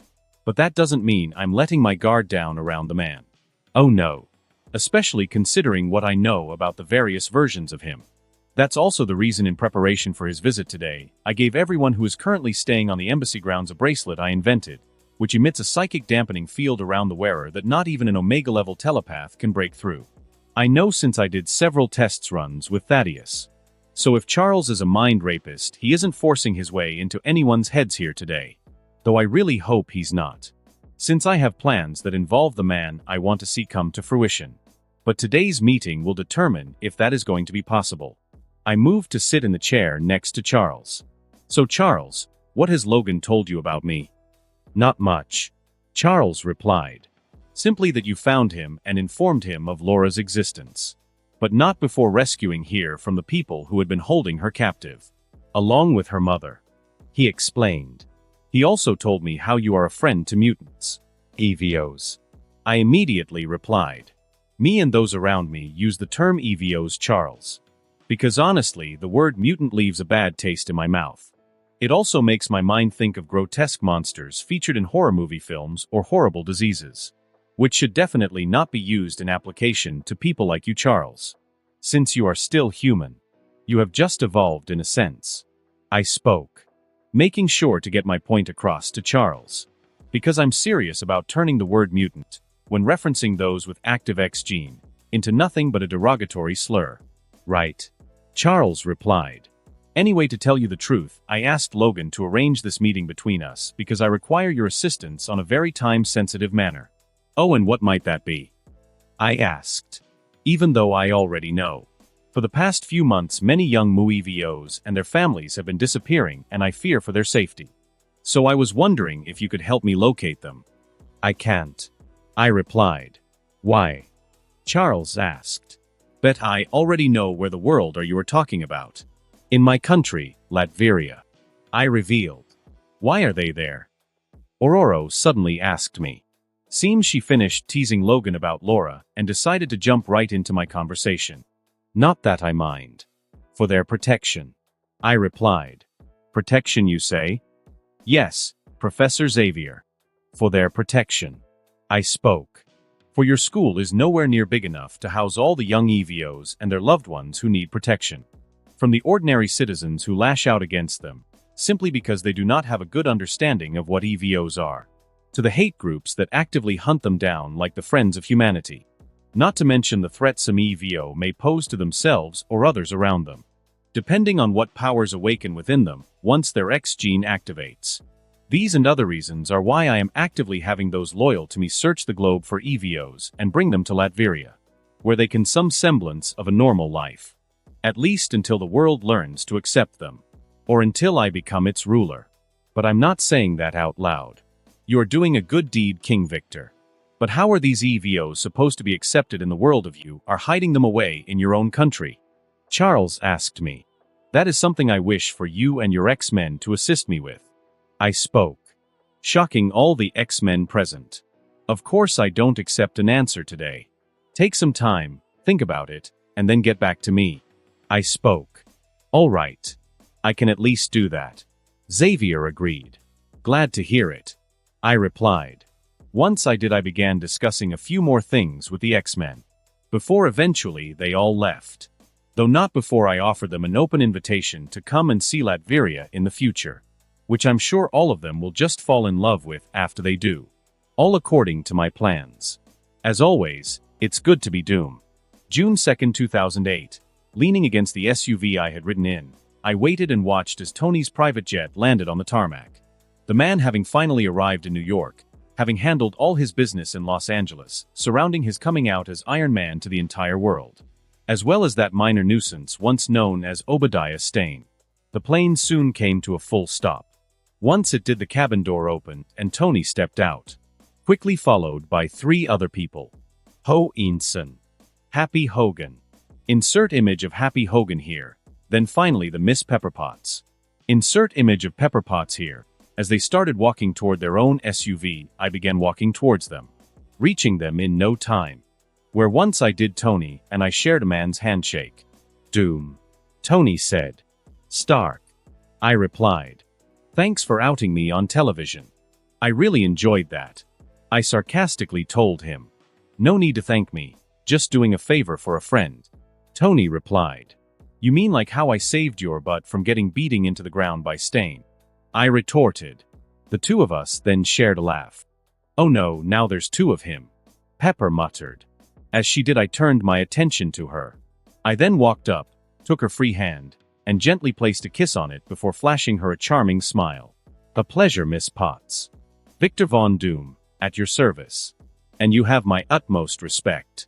Anyone able to have up with the shenanigans of Mr. Stark deserves at least that much. Hey! Tony cried.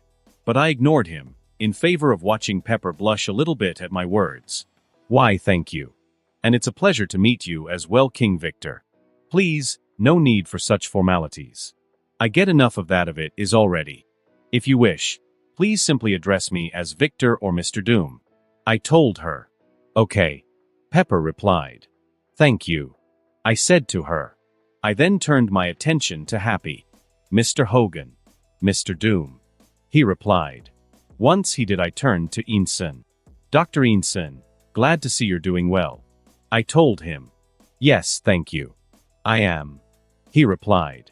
I'm sure Tony is very happy. I said. Someone call me? Tony asked. Not you, Tony. I'm referring to Inson's daughter, who is currently in my employee. I said. Oh, you mean the chick those soldiers of yours showed us when they saved our asses? Tony questioned. The very same. I replied. Cool. Tony said. Once he did, I focused my attention back on Inson. So, I hear Tony has hired you? I asked. He has. Inson replied. That's good. I said. Very good. Since now no other terrorist organization will be able to get their hands on Inson without going through Iron Man. Meaning his genius is safe. Well, that remains to be seen. Inson replied. Hey, is this National Bash Tony Day or something? Tony asked. Or something. I replied. Earning a laugh from everyone except Tony, who is giving me the stink eye, which I am promptly ignoring. Moving on. After the laughter died down, we got to move on. Everyone got into their respective vehicles, and we headed to our destination. Arriving in no time. Our destination being the newly constructed skyscraper that will serve as the main headquarters of the Future Foundation. Image here. After months it's finally completed, and it looks magnificent. Whoa, nice building. Tony said. Looking at the Future Foundation HQ. Thanks. I replied. Now then, allow me to show you all around. I said. I then started making my way inside of the skyscraper, whose grand opening party was this weekend, which I invited Tony to, since he was going to be in town anyway. An invite he accepted. Norman being the same. Man, this party is shaping up to be quite something. As I walked, the others followed behind me. Then once all of us were inside of the building, I began showing them around, just like I promised. Everything from the conference rooms, to the state-of-the-art labs, the building houses for those accepted into the foundation to work on their projects. Tony practically drooling when we got to that part of the tour. Thankfully Pepper was there to smack him back to reality. Literally. Since she slapped him on the back of the head to knock him out of his stupor. Boy, Tony is lucky to have a woman like that by his side. Now he just needs to get his shit together enough to seal the deal. Good luck, buddy. Anyway, in no time at all the tour came to an end. Once it did, I lead everyone back down to the main lobby, where I had a surprise waiting for our guests. Tony, Inson exclaimed, the moment we returned to the main lobby, since his daughter was there waiting for us.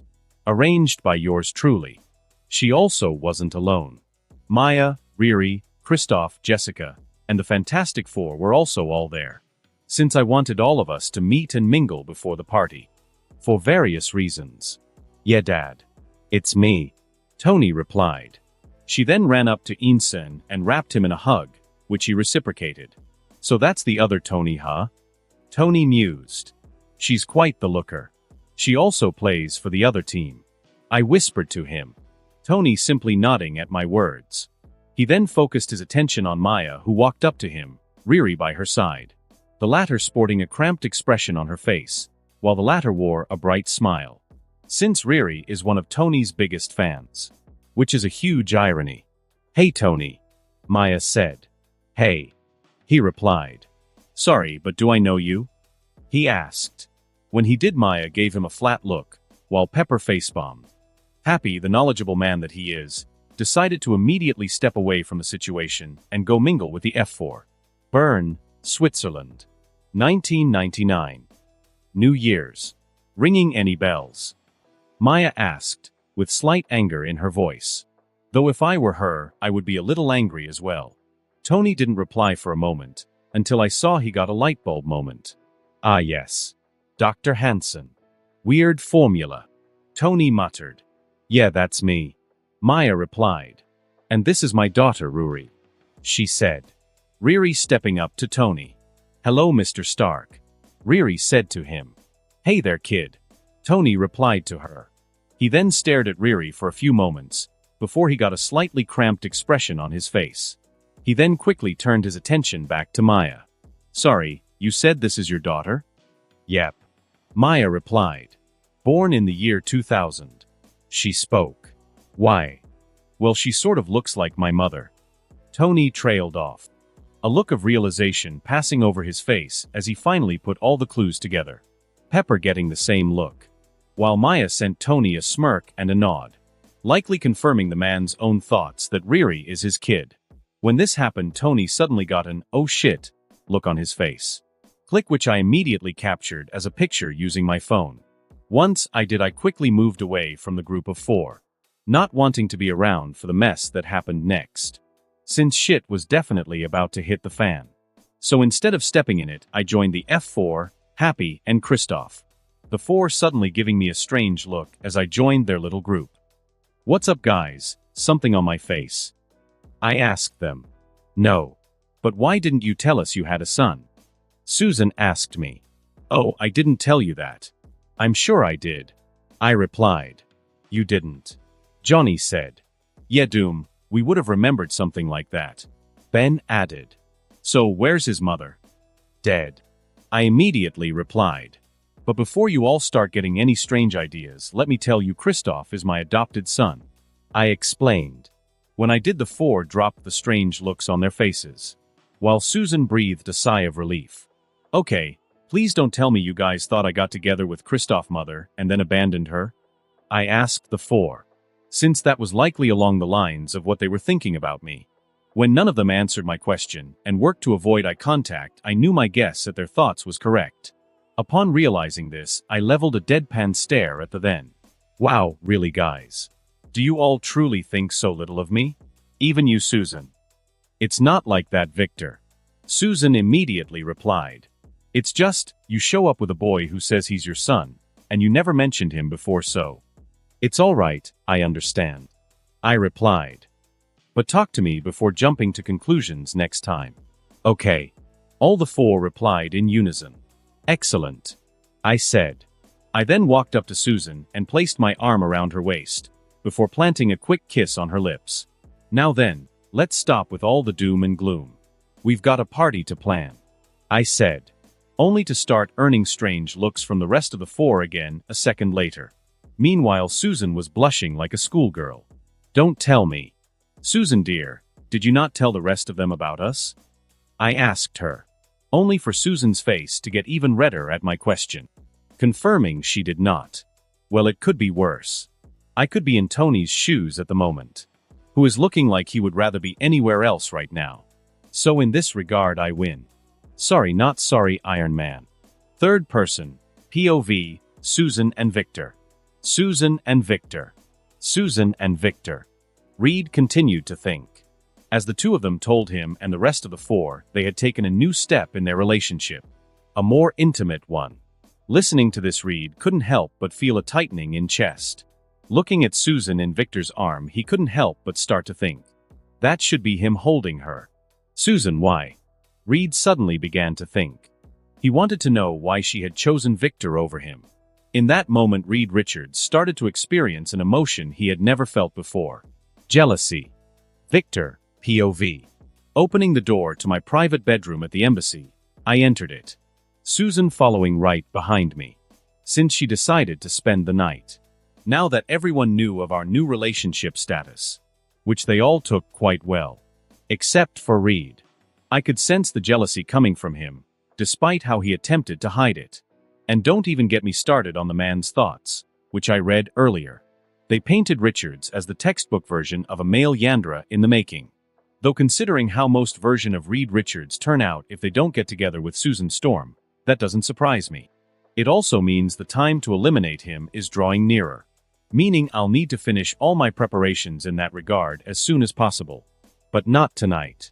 No, tonight I'm going to enjoy some long-awaited quality time with Susan. Unlike Tony, whose only company in bed tonight are going to be his left and right hands, considering how exhausted he looked after Maya and Pepper got through with him earlier. Though on the bright side, Riri now has her father on her life, and he's one of her idols, so silver lining there. Moving on. As Susan closed the door to my bedroom, I walked up behind her and began nibbling on her left ear. Victor! Susan exclaimed in surprise. But she didn't pull away from me. Come now, Susan dear, I'm just giving you what you came here for. I huskily breathed into her ear, me feeling her entire body shiver when I finished. I smirked at this. I then quickly turned Susan around to face me and captured her lips in a deep kiss. After I did, she wrapped her arms around my neck and deepened our kiss, which caused something to start rising, and it's most definitely not the shield hero. As Susan continued grinding against me, I maneuvered us over to the bed.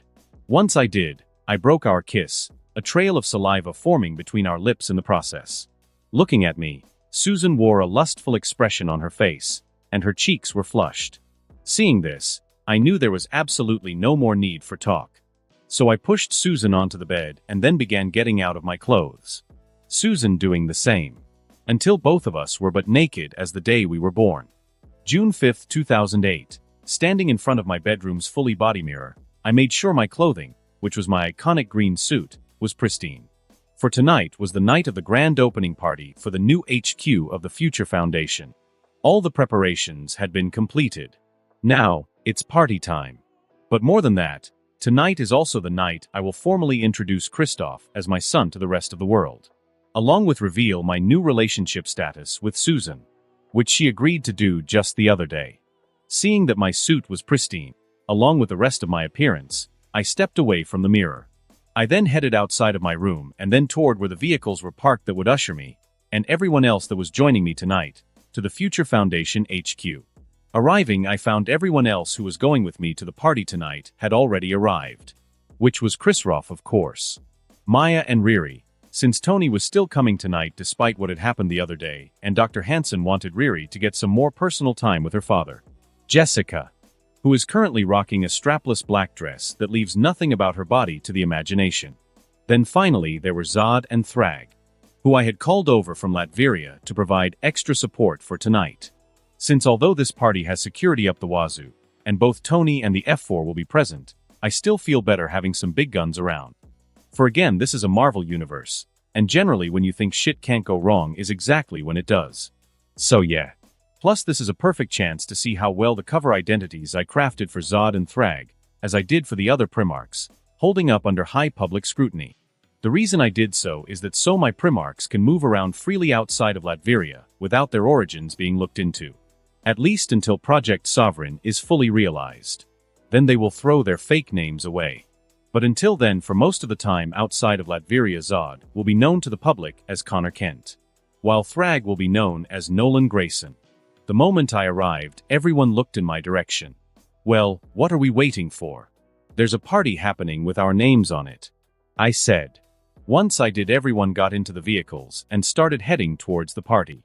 As the vehicle I was in came to a stop outside of the entrance to the Future Foundation HQ, I stepped out of it. Christoph getting out right behind me. dressed in his own green suit. The moment we did this, camera flashes assaulted us, along with questions shouted at us by reporters, which are being held back by security, and several Doombots. Ignoring all of them, I smiled and waved and began walking, Christoph mirroring my actions. The two of us being a father and son bullshit combo, which we did until we were inside the building. Then immediately after I saw Susan approaching me, wearing a stunning dark blue dress that matches her eyes. "You look lovely," I told her. "Why, thank you," Susan replied, taking my left arm. Then a few seconds later Jessica appeared and took my right one.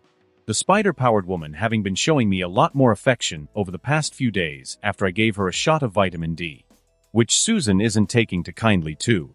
But I'm not worried. After all, since I'm going to have multiple queens, I can manage this easily. "Susan," Jessica said. "Jessica," Susan replied.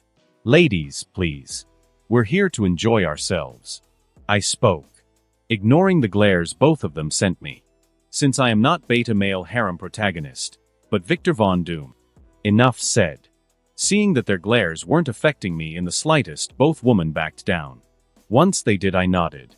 After which our entire group entered the conference hall where the party was taking place, all eyes falling on us as we did. Then after they did, I started hearing whispers, which I promptly ignored, instead choosing to start mingling with all the guests present tonight, which ranged from scientists to major players in the business world, to even several movie stars and talk show hosts, etc., all of whom have expressed public support for the Future Foundation. As I chatted with the likes of Oprah Winfrey, Jimmy Kimmel, Conan, and even Elon Musk, I stopped when I noticed a group in the room that was definitely not on the guest list, being led by a dead man. At least in my previous life. Since the person I am looking at right now is none other than Chadwick Boseman, aka Prince T'Challa of Wakanda, aka the future Black Panther. Insert image of Black Panther here. He is currently surrounded by a small group of Dora Milaje, being led by none other than Okoye, all of whom are heading right towards me.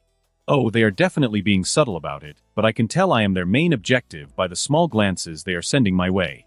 Taking note of this, I contacted Brainiac using my technopathy. "Brainiac, mind explaining to me why I am currently looking at the price of Wakanda and members of his personal guard/harem at the Future Foundation grand opening party?" I asked him. "What? No. That's actually one moment," Brainiac replied. "My deepest apologies, Emperor. It seems the Wakandians added themselves to the guest list by taking the place of another, which I didn't manage to notice until now. Shall I contact security and have them escort them out?" "No, that's all right.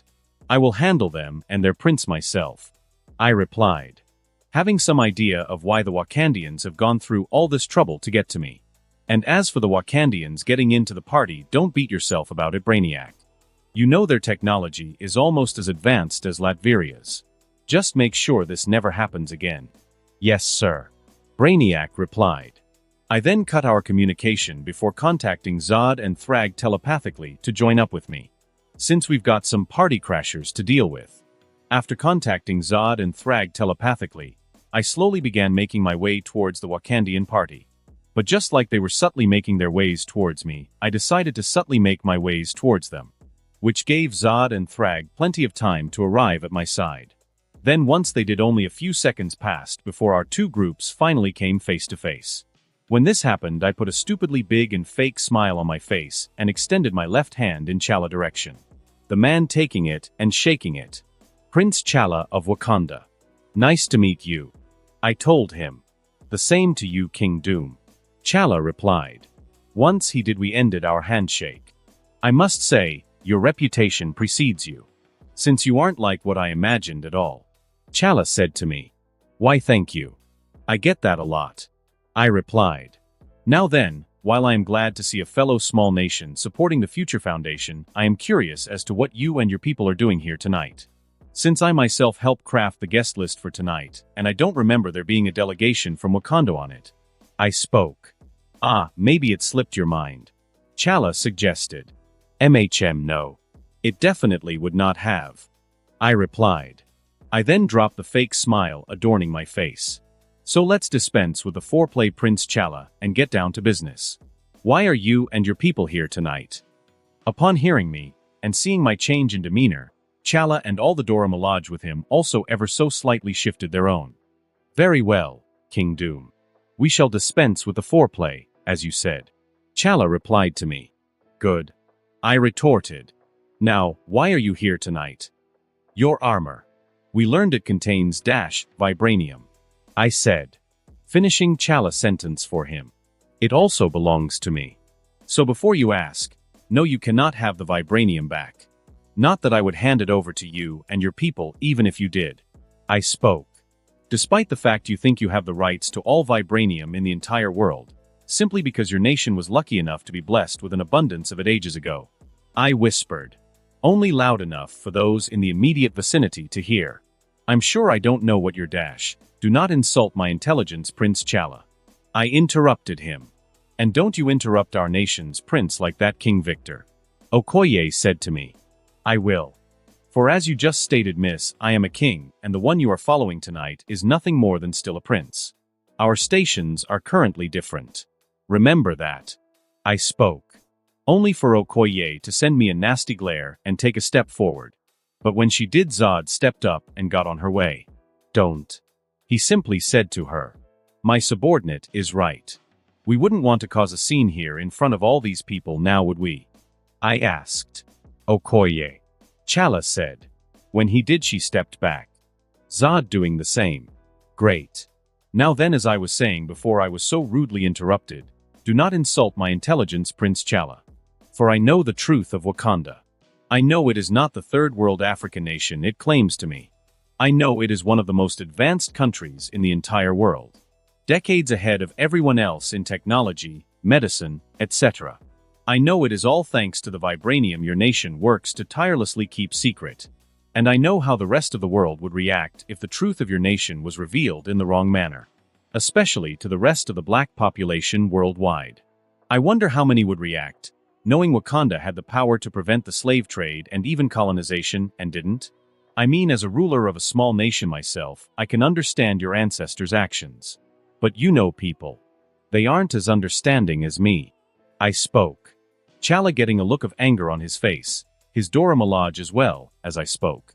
You dare to threaten Wakanda? Chala asked me. Yes. I dare. I easily replied. Now then, kindly take your leave of this place. Otherwise by tomorrow morning some governments might get actual satellite scans of your nation, and some major media outlets might get information packets about Wakandian activities. I spoke. Chala getting angrier as the seconds passed, as I did. But he didn't do anything. We're leaving. He spoke. He then turned and started walking away. His Dora Milaje following behind me. Good. The big kitty knows his place. Though now given the confrontation we just had, I need to accelerate my plans in regards to Wakanda. Because if this reality's Chala is anything like his Earth 616 counterpart, then I need to take care of him early. Otherwise he'll become a pain in the butt.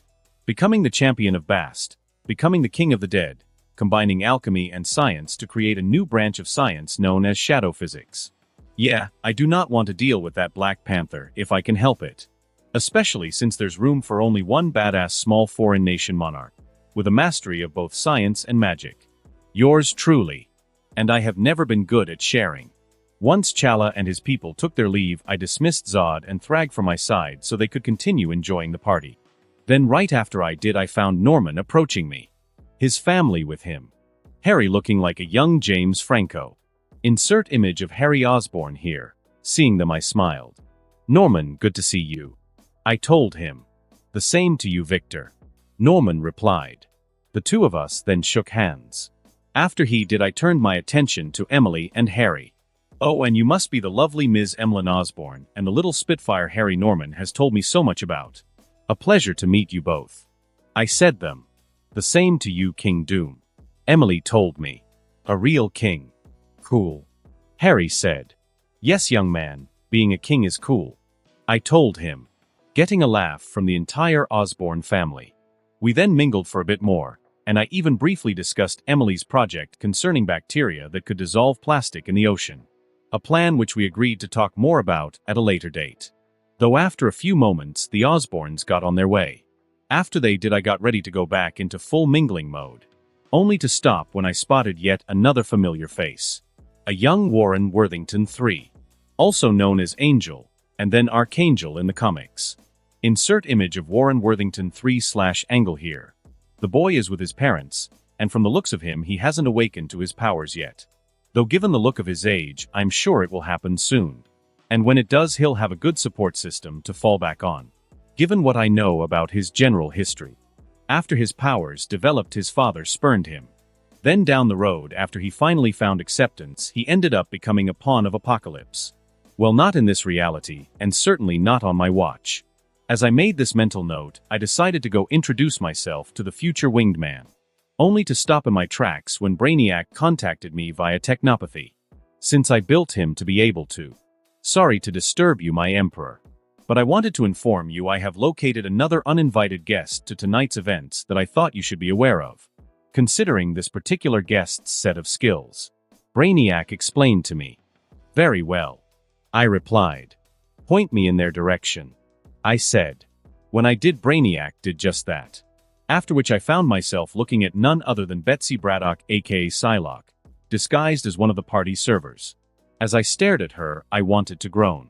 Given that she's a mercenary/assassin for hire. Meaning she is likely here tonight to try and complete a job.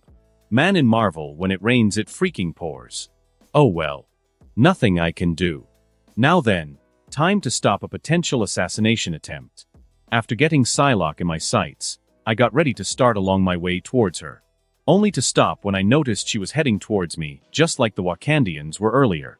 So seeing this, I stopped what I was doing, and just waited to see how the next few minutes played out. Which eventually led to me feeling Psylocke trying to influence me telepathically. Telling me I was likely her target. Though I'm not surprised. Considering all the waves I've been making. In fact, I was starting to feel a little insulted no one had hired a top-grade assassin to take me out. Not that said assassin would ever succeed in their mission, but still, it's the thought that counts. Moving on. I decided to play along with Psylocke's game and started moving where she was directing me telepathically. Which was to one of the room's set of doors, which she had me exit. The woman herself then joined me a minute later. Once she did, the two of us headed to one of the building's many unused offices on its 5th floor. After our arrival, Psylocke turned to face me. She then created one of her iconic psychic energy constructs in her left hand. Which was her favored weapon of choice, a katana blade. Very nice. I said. Betsy getting a shocked expression on her face the moment I did. Which is to be expected. Since this whole time she had thought she had me completely under her telepathic control. But now she knows that was nothing more than a lie. Upon realizing this, Betsy quickly reacted, and attempted to sever my head from my body using her weapon. Marking her as a true professional of her craft. Too bad for her, she picked the wrong one to target today. Easily dodging Betsy katana by stepping back, I then stepped forward and wrapped my left hand around her throat. After I slammed her back first against the door, and then shocked her a bit with some electricity. Before extending my pincers and digging them all slightly into her neck, drawing blood. A hardened expression on my face, I looked her directly in the eyes. Don't speak. Listen up. You move an inch, you die. You attempt to use your powers in any way, you die. Blink once if you hear and understand my words. I spoke. Betsy then blinked once. Good. I said. Now then, who sent you to kill me? I asked her. Only to be met with silence. When I grabbed Betsy's right wrist with my right hand and then squeezed it until I heard an audible pop. Telling me I had broken it just as intended. Ag. Betsy cried in agony. But I ignored her cries and asked my question once more. Who sent you to kill me? I asked. Placing my free hand on Betsy's other wrist. No, wait. Only for her to begin begging me. I'll talk. Just please don't. She pleased. Go on. I told her. No one specifically sent me to kill you. She spoke. I just took this job so I could be set for life. Explain. I commanded her. Someone I don't know who, a few days ago put out an open contract. $5 million goes to the person who can kill the current Latvian monarch, Victor Von Doom. Betsy explained. I see. I mused. As I took in the information Betsy just relayed to me, I used my telepathy to determine the truth of her words. my cursory scans proving the validity of her statement. Someone had put a bounty on my ass. Quite a big one, too. I'm actually sort of touched. Even though the person or persons responsible for the putting out of the bounty have just signed their own death warrants. Since no one is allowed to make such move against Doom and not accept to end up a corpse. Thank you for sharing that with me, Ms. Braddock. I told her. Betsy getting another shocked expression on her face at me using her name. How did you dash? You're not the only one with psychic powers, Ms. Braddock. And compared to me, you are nothing in that regard. I truthfully spoke. Now then, time for you to be on your way. I said. I then pulled Betsy away from the door and opened it, revealing Thrag standing on the other side, who I had contacted telepathically as soon as Psylocke made her move against me and instructed him to follow us, just in case I needed backup. For I am nothing if not careful. Placing Betsy in front of Thrag, I removed my hand from around her throat and retracted my pincers. Thrag meet Betsy Braddock, also known as the EVO mercenary, Psylocke. Betsy meet Thrag, one of my best employees and one of your new co-workers. I spoke. Wait, what? Betsy said to me. Co-worker? And what the hell is an EVO? She asked. To answer your second question first, EVOs are a term I created for people with powers like you and me. Of course there's a lot more to it than that, but that's all you need to know about the subject right now. As for your first question, yes, Thrag is your new co-worker. Since you work for me now. I spoke. For I would have to be a fool to let someone like Psylocke get away. And if I refuse? She asked me. Well, that is an option, but I wouldn't recommend taking it, since it will lead to your immediate death. I said. Because if I didn't think you could be of some use to me, you would have been dead the moment I was sure we were alone. I spoke, looking Betsy in her eyes, putting a sinister smile on my face. Seeing this, she took a step back. Right then. So Betsy, what will it be? Come and work exclusively for me or die right here and now. I said. The former. I'll work for you. She spoke. Excellent. I replied. Well then, Thrag, you know what to do with her now. Yes, my liege. Thrag replied. Oh, and if Betsy here tries to escape, you can break her, but don't kill her. Unless she goes too far. Understood. Yes. Thrag replied. Good man.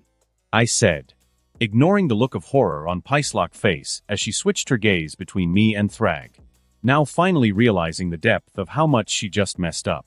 Well, too bad for her, it's too late for regrets. Now her purple-haired butt is mine, and I don't intend to let it go. Ever. After I gave my final instructions to Thrag, he and Betsy headed off. Thrag going to take her back to the embassy, where he would use a magical teleportation gate I had installed there to take Psylocke back to Latveria, where she would then be fully debriefed about anything she knew, before being out to work. Most likely under Natasha. Then again, she could end up working under Zemo or one of the Primarchs. I'm not sure, since I really don't like to micromanage my people unless absolutely necessary. I'll check in on her case when I return to Latveria, since I'm sure no matter where Betsy ends up, she'll end up doing good work and furthering my causes. Then again, she could fick up and get herself killed. Either way, I don't lose. Anyway, once those were gone, I waited a few moments before exiting the office myself. I then started making my way back towards the party, only to encounter Tony in the lobby, drinking straight from a bottle of champagne as he sat at the front desk, a haggard expression on his face. Seeing them like this, I decided to see what was up. For seeing a depressed-looking Tony Stark is just so strange and uncomfortable, I can't leave it alone. Arriving at his side, I sat in the open chair next to me, which made Tony look at me. Doom. Stark. I replied. So mind telling me the reason you're getting shit-faced in the lobby alone? Oh, I don't know. Maybe it has something to do with Pepper treating me like I'm worse than a cockroach ever since you introduced me to my daughter the other day. He exclaimed. Right. That's right, buddy. I replied. So, what do you think of Riri? I asked him. Honestly, she's like a young female version of me. Tony admitted. She's a great kid. Maya did a good job raising her. Much better than I would have done if I had met her before this. He spoke, tapping the arc reactor in his chest. I mean, I don't think you were that bad a person before you became Iron Man. Sure, you were a man whore, a showboater, a flake-G. Thanks for trying to cheer me up. Tony interrupted, and sarcastically remarked. You didn't let me finish. I replied. Sure, you weren't the best, but you weren't the worst either. And who knows? If you had known about Riri in the beginning, then maybe the Tony right now would have shown up years ago. I explained. Maybe. He admitted. Still, I mean, all of a sudden I'm a dad. A father. Yeah, and let me tell you, it's not easy. I told him. But I'm sure you'll do all right. Actually, I'm surprised there aren't more little Starks out there given your former behavior.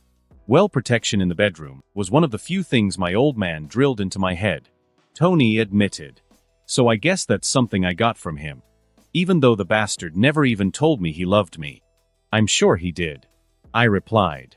No, I know he did. Yeah, well, who knows? He muttered. Right. So anyway, Stark, get over yourself. I spoke. What? Tony asked me. You heard me. I replied. Get over yourself. You've got a daughter who needs you now. Plus Pepper. Listen, my friend, it's obvious you two would be great together. So as a wise man once said, either but up or shut up. I mean, you're Tony Stark, but more than that, you're Iron Man. I spoke. I then patted Tony gently on his shoulder. Good talk.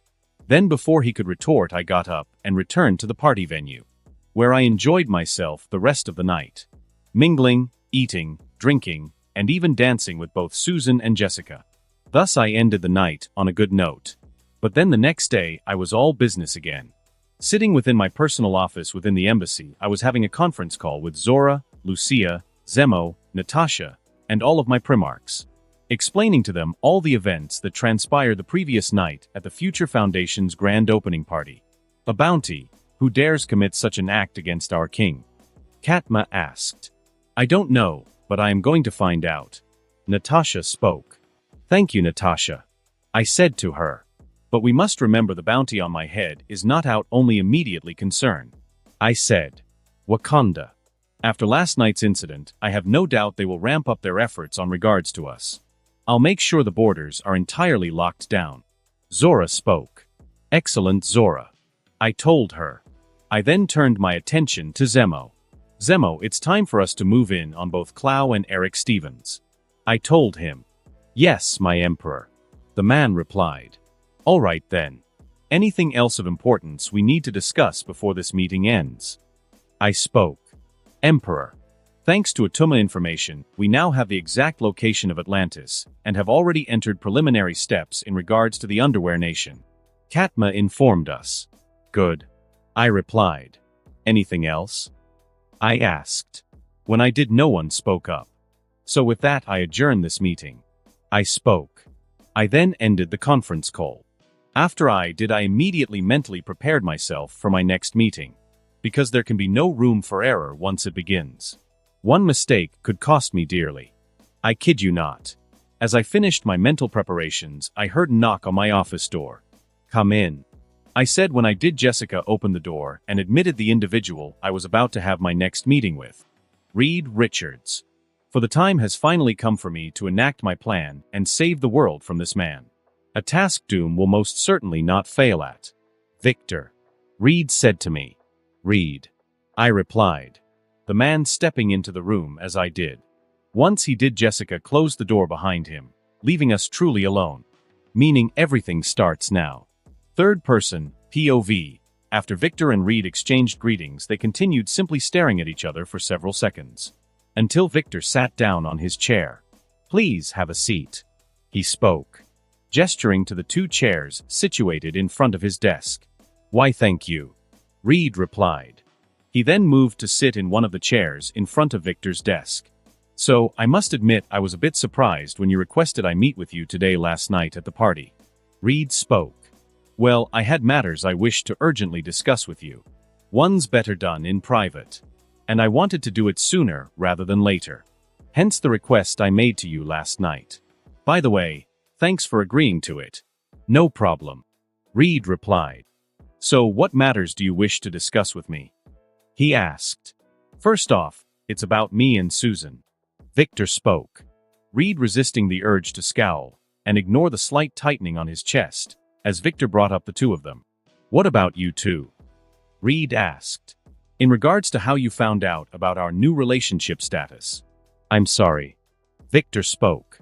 Surprising Reed. You're sorry? Reed asked. Victor gently nodding his head. I am. For I already thought Susan had informed the rest of you in the fore about it. And then when I saw yours and the others' reactions the other day when I kissed her, I knew she hadn't. A matter we had a long chat about afterwards. Why? Reed asked. Because I know of the history between you and Susan Reed, and I didn't want you to be blindsided, like you were, by the fact that she and I are now a couple. Victor spoke. Since I consider you a colleague, and more importantly a friend, he said, putting a fake smile on his face. While on the inside Victor was evilly laughing his butt off. Since most of what he is saying to Reed is S-grade bullshit right now. But looking into Reed's eyes, Victor can see he is believing him. Good. Victor thought. Everything is proceeding as planned. Victor the First. Thank you. What you just said means a lot. Reed spoke, putting a small smile on his face. You're welcome. Victor replied. Now then, on to the second matter I asked you here today to discuss. Reaching for his keyboard, Victor typed on it for a moment. He then turned his monitor to face Reed. The second after this happened, Reed looked at Victor's computer screen, where several windows displaying designs and schematics had been opened. After taking a moment to review said designs and schematics, Reed returned his gaze to Victor. Victor, is this what I think it is?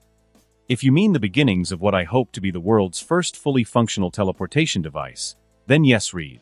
It is what you think it is. Victor replied. And I want your help on the project. So, what do you say? I'd be delighted too. Reed immediately replied. Excellent. Victor said. Once he and Reed began delving into matters concerning the teleportation project. All the while Doom was still laughing evilly on the inside. Since both Phase 1 and Phase 2 of his, Richard's extermination, plan had gone off without a hitch. Now all that was left was to execute Phase 3. The final phase. Which would end with Reed Richards meeting the Grim Reaper from Family Guy. June 13, 2008. Smiles on their faces. Victor and Reed stood in the latter's personal lab within the Baxter building. Right in front of their newly completed teleportation machine. Which, if it functioned correctly, was another invention that could revolutionize the world. Beautiful, isn't it, Victor? Reed asked. Yes, it truly is. Victor replied. Though we still need to make sure it works. Otherwise it'll just mean we've spent the past week simply creating a paperweight. Don't worry, Victor. We've both done the math. We know it works. Now the only question remains is who gets to use it first.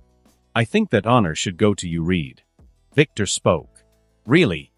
Reed asked. Yes. Victor replied. After all, we built this device in your personal lab, and I think that should mean something. So go on and get in there so I can send you to a beach in Hawaii. He spoke. All right then. Reed spoke. He then walked forward and stepped into the teleportation machine. Meanwhile, Victor headed over to the machine control terminal, dropping the smile from his face. Brainiac. Phase 3 of the Richards extermination is about to enter its final phase. Victor spoke to Brainiac. Using his technopathy. Understood, Emperor. Everything is in place, just as you requested. Brainiac spoke. When he did, Victor smiled and then stopped speaking with him. Just as he did, Reed closed the door to the teleportation machine. Once this happened, Victor began controlling the machine using the terminal. As it powered up, Reed couldn't hide his excitement. He had a smile on his face. One which quickly began to fade as the seconds went by. Since Reed still had not teleported. But that doesn't make any sense. Reed thought. During this past week, he and Victor had run hundreds of simulations to see how the chamber would react organic matter. All of which came back in the green. This telling Reed something else was going on. Upon realizing this, he got ready to try and signal Victor. Only for the man in question to walk up to the machine himself, his hands folded behind his back. Oh, good Victor. Hey, you need to turn off the machine and get me out of it. Something has gone horribly wrong. Reed quickly explained. Only for Victor not to move an inch. Victor, what is wrong with you? I said we have a problem here. Reed spoke again. Problem? I see no problem. Victor retorted. Yes, there is. Reed said. Now seriously, turn off the machine and pull me out. I'm starting to feel strange, he said. Reed feeling like his body was being pulled in several directions at once. Ah yes, that would be the teleportation machine pulling your body apart at the atomic level. Victor casually spoke. What? Reed shouted. If that's the case, then Victor, you need to get me out of here. Now. No, Richards, that will not be happening, Victor replied. He then put a triumphant look on his face. For that machine shall be your final resting place. He spoke. Wano, don't tell me. Reed spoke. Yes. It is as you're thinking. I made the teleportation machine act in its current manner, Victor spoke. When he did, Reed got a furious expression on his face and began pounding on the door to the machine. You bastard. When I get out of here, I'll kill you, you hear me? I'll kill you, Victor. You woman-stealing bastard. Ah, and so we come to the heart of the matter. Susan, Victor said. The lovely woman you took for granted, Richards. Who is now mine. A choice she herself made. And then you have the gall to obsess over her and think that she belongs to you. Pathetic and disgusting. But then you always were. Victor. Reed snarled. A bit of spit flying out of his mouth in the process. So you are finally releasing your true nature. That of a rabid animal. Good. Fitting you should do so in your last moments in life. Victor spoke. Oh, and don't worry about Ben, Johnny, and of course Susan, I will take excellent care of them. Now then, Richards, goodbye. I could say it was a pleasure knowing you, but then I would be lying, he said. Then with that Victor walked away. Reed glaring at him the entire time. All while trying to escape the teleportation chamber before it finished what Victor had set it to do. But no matter what, Reed couldn't figure a way out of the chamber. Even his powers were useless. But of course they were, since Victor had accounted for them. As such, Reed was truly helpless as his body was pulled apart. Ag. Eventually Reed began screaming in agony, falling to his knees as the pain inside of his body got worse and worse. Until eventually Reed Richards disintegrated into nothing but his atoms, leaving not a single trace of his body behind. Taking note of this, Victor smiled. For he had just eliminated one of the most annoying gnats buzzing around him, making it a glorious day. Doom POV. As I saw that Reed Richards was well and truly gone, I savored the moment. I then stopped for a second and used both the technological and magical means at my disposal to make sure for certain there was no chance of Reed having survived. Since, as I have said numerous times before, this is a Marvel universe, where shit can creep up on when you least expect it. Even when you expect it, you still might end messed up. Hence my actions at the moment. After a few minutes, I stopped checking, since all the results I got came back the same. Negative. I couldn't find any single trace of Reed Richards anywhere, cementing his death as a permanent fact. When I was absolutely sure of this, I raised my hands in the air and waved them like I just didn't care. That is until Herbie began floating towards me, a glass of red wine in his grasp. Seeing him, I stopped my actions. As he reached me, Herbie handed me the glass of wine. An excellent accomplishment, my emperor. Here is a drink to celebrate, the little robot told me.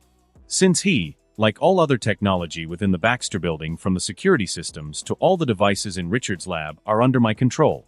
Since when I inserted Brainiac into the F4 systems, during what I am now calling the Blastar incident, I wasn't just having him feeding me information from their computers and spying on the 4. I also tasked him with slowly hacking everything in the building and turning it to the side of doom. All in preparation for this day. Why, thank you, Herbie, I said.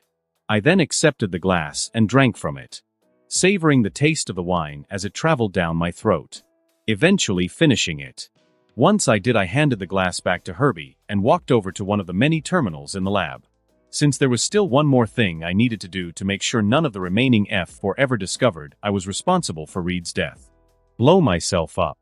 Third person, POV. Leaning her head against the window of the SUV she was in, Susan was lost in her thoughts. Are you okay, Ms. Susan? That is until Chris Roth called out of her, since she was currently with the boy, along with her brother Johnny. Victor had asked the two of them to take him out and show him New York today, while he and Reed finished working on some big project they had been collaborating on for the past week. A request neither Johnny or Susan had any problem fulfilling. So they took the boy out, where Christoph had a marvelous time. Though now they were heading back towards the Baxter building. Yes, I'm fine. Susan replied. Though truthfully, she wasn't. For there was something she needed to urgently discuss with Victor in regards to their relationship. Geez sis, you're a bad liar, ow. Johnny shouted, as his face was pushed forward into the back of the seat in front of him, courtesy of one of Susan's force fields. Johnny, maybe for once you could learn to keep your mouth shut. Susan spoke. Yeah, whatever. Johnny replied, picking himself up and seating back in his seat, just as the SUV they were in pulled up to the Baxter building. Boom. Only for Small's explosion to go off just as they did. Hearing this, Susan, Johnny, and Christoph all jumped out of the car and turned their gazes in the direction the smoke created by the explosion was coming from. The same with their security detail. Seeing that the explosion came from Reed's lab, Susan didn't hesitate. She created a force field disc under her feet and started flying upward. Flame on. Johnny flaming on and doing the same thing. In no time at all, the pair of siblings reached the lab and found a big hole in the side of it. Looking inside, they saw much of the lab had been destroyed. Victor, Reed. Susan shouted out. Susan. Victor replied. Hearing him, Susan maneuvered herself into the lab, Johnny following right behind her. The two of them getting inside, just as Victor threw a destroyed computer terminal off his body. His clothes in tatters. Landing in front of him, Susan ran up to hug him. Victor, I'm so glad you're okay. Thank you, Susan. Victor replied, wrapping his arms around Susan and reciprocating her hug. So what happened here? Johnny asked. After he landed. Once he did, Susan and Victor parted from their hug. Something was wrong with the machine Reed and I were working on. We're not sure what, but all of a sudden energy just started to build up and we both knew it was going to cause a devastating chain reaction that would take out possibly half of New York. We did all we could to stop it, but nothing worked. Then Reed found a solution, which he then tried all on his own, sacrificing himself in the process. Victor explained. Johnny and Susan get looks of horror on their faces as Victor's words. No, Victor, you can't mean. Susan trailed of. I do. And I'm sorry to say, but Reed is dead. Victor spoke. No, that can't be true. It just can't. Johnny exclaimed. But it is. Victor said. And once more, I am truly, truly sorry. I tried to stop Reed. I tried to save him. But I just wasn't able to, and for that you have my deepest apologies. He spoke. Which of course was a load of shit. But if anyone checked any remaining security footage, our data from any of the machines left in the lab, it would fully support Victor's story. Just as he planned. Since there was no one left around to say otherwise. Susan and Johnny had been out with Christoph, while Ben had taken the day to visit Alicia. Victor having made sure he and Reed were the only two ones in the lab at the time of the accident. So with this, his murder of Reed Richards was complete. What are we going to tell Ben? Johnny asked. The big guy's going to be devastated. If you wish, I can tell him. Victor spoke up. I think it's only right, considering I'm the one who failed to save his best friend. No, Victor. Don't blame yourself. Susan suddenly spoke up. You did everything you could. I know you did. Because you're a kind and caring man. She said. Thank you, Susan. Victor said. He then wrapped Susan in his arms and pulled her into another hug. Though this time when they hugged, Susan whispered quite the revelation into Victor's ear. I'm pregnant. She said. Victor suddenly learning he was about to become a father again. A prospect he found terrifying, but also found himself loving. Since this was the first step to starting the dynasty of Doom. Doom, POV pregnant. Susan is pregnant. With my children. The moment she whispered this to me, I focused all my senses on her body. Sensing more than just her own life force, but the faintest traces of not just one but two others. Telling me I'm about to have twins. Who are most likely going to be Franklin and Valeria. But instead of being known as Richards, they shall be known as Dooms. Truly, this is wonderful. On another note, I'm glad I eliminated Reed when I did. For I knew if that man found out Susan was having my babies, he would have instantly turned into the maker right then and there. No question. But now that possibility will never come to pass. For I have eliminated that threat. Permanently. Breaking my hug with Susan once more, I then pulled her into a quick kiss, before placing one of my hands on her stomach and gently beginning to rub it. "Susan, this is wonderful news," I spoke. "Huh, what are you guys talking about?" Johnny asked, walking up to Susan and I. "The fact you're about to become an Uncle Jonathan," I told Johnny. When I did, his eyes went to where my hand was on Susan, before going to his sister's face and widening in shock and realization. "Sue, are you pregnant?" "I am," Susan replied. "Sis, that's great," Johnny happily said. "I can't wait to let Ben and Reed," he began, only to stop when he remembered Reed was now dead. "That's right. Reed is, sorry. I just forgot for a moment there when I heard the good news," Johnny told us. "Johnny, it's all right. You have nothing to apologize for," I said. "Victor is right, Johnny. Even I would have done the same if I were in your situation." Susan spoke. "Thanks, you guys," Johnny said. Then just as he did, the broken doors of the lab were forced open by a doombot. After they were, Christoph entered it, his security detail following behind him. "Father, are you okay?" Christoph asked me. "I'm fine," I said. Though unfortunately the same cannot be said for Dr. Richards. I spoke. For he sacrificed himself not only to save my life, but countless others. "He did?" Christoph questioned. "Yes, he did. Including the life of your new siblings," I told him. "For you see, Ms. Storm is pregnant," I revealed. Christoph and his security detail, becoming extremely happy when I revealed the news of Sue's pregnant status to them. "Wait, siblings? What do you mean, Victor?" Susan questioned. "We're having twins, my dear. I can sense it," I informed her, wondering how the twins will turn out, given that Richards is their father in this reality no longer. Will Franklin still end up a reality warper? Will Valeria develop any powers? Will the twins even still be a boy and a girl? These and numerous other questions are now swirling in my mind in relation to them. But there is one thing I have no doubt about. No matter how these twins I'm about to have turn out, I will love them with all my heart. That is a promise Doom will never break. June 20th, 2008. A smile on my face, I watched Susan as she slept soundly in bed next to me. A thing she had been doing for the past week, ever since the death of Richards took place a week ago. Speaking of which, quite a few things have happened since then. First, Ben Grimm has been informed of Reed's death. To say he took it hard was an understatement. Grimm was filled with so much anguish upon learning of the death of his best friend, it's a wonder he didn't fall into a deep depression. Though I guess I have Alicia and the rest of the four to thank for that. The three of them have been there for Ben, who, although is not still back up to his old self, is getting there. Second, everything that was salvageable from Reed's lab was, which when examined cemented the story I fed to everyone else. So as far as anyone was concerned, Reed Richards died a hero's death. That is the very last favor I will ever do for that man. Third, we held a small memorial service for Reed. Fourth, I helped Ben and the others become the new owners Baxter Building. Since it seemed Reed never made any arrangements in regards to ownership of the building in the event of his untimely demise. Upon learning this, I couldn't let it stand. So I put my lawyers to work on it.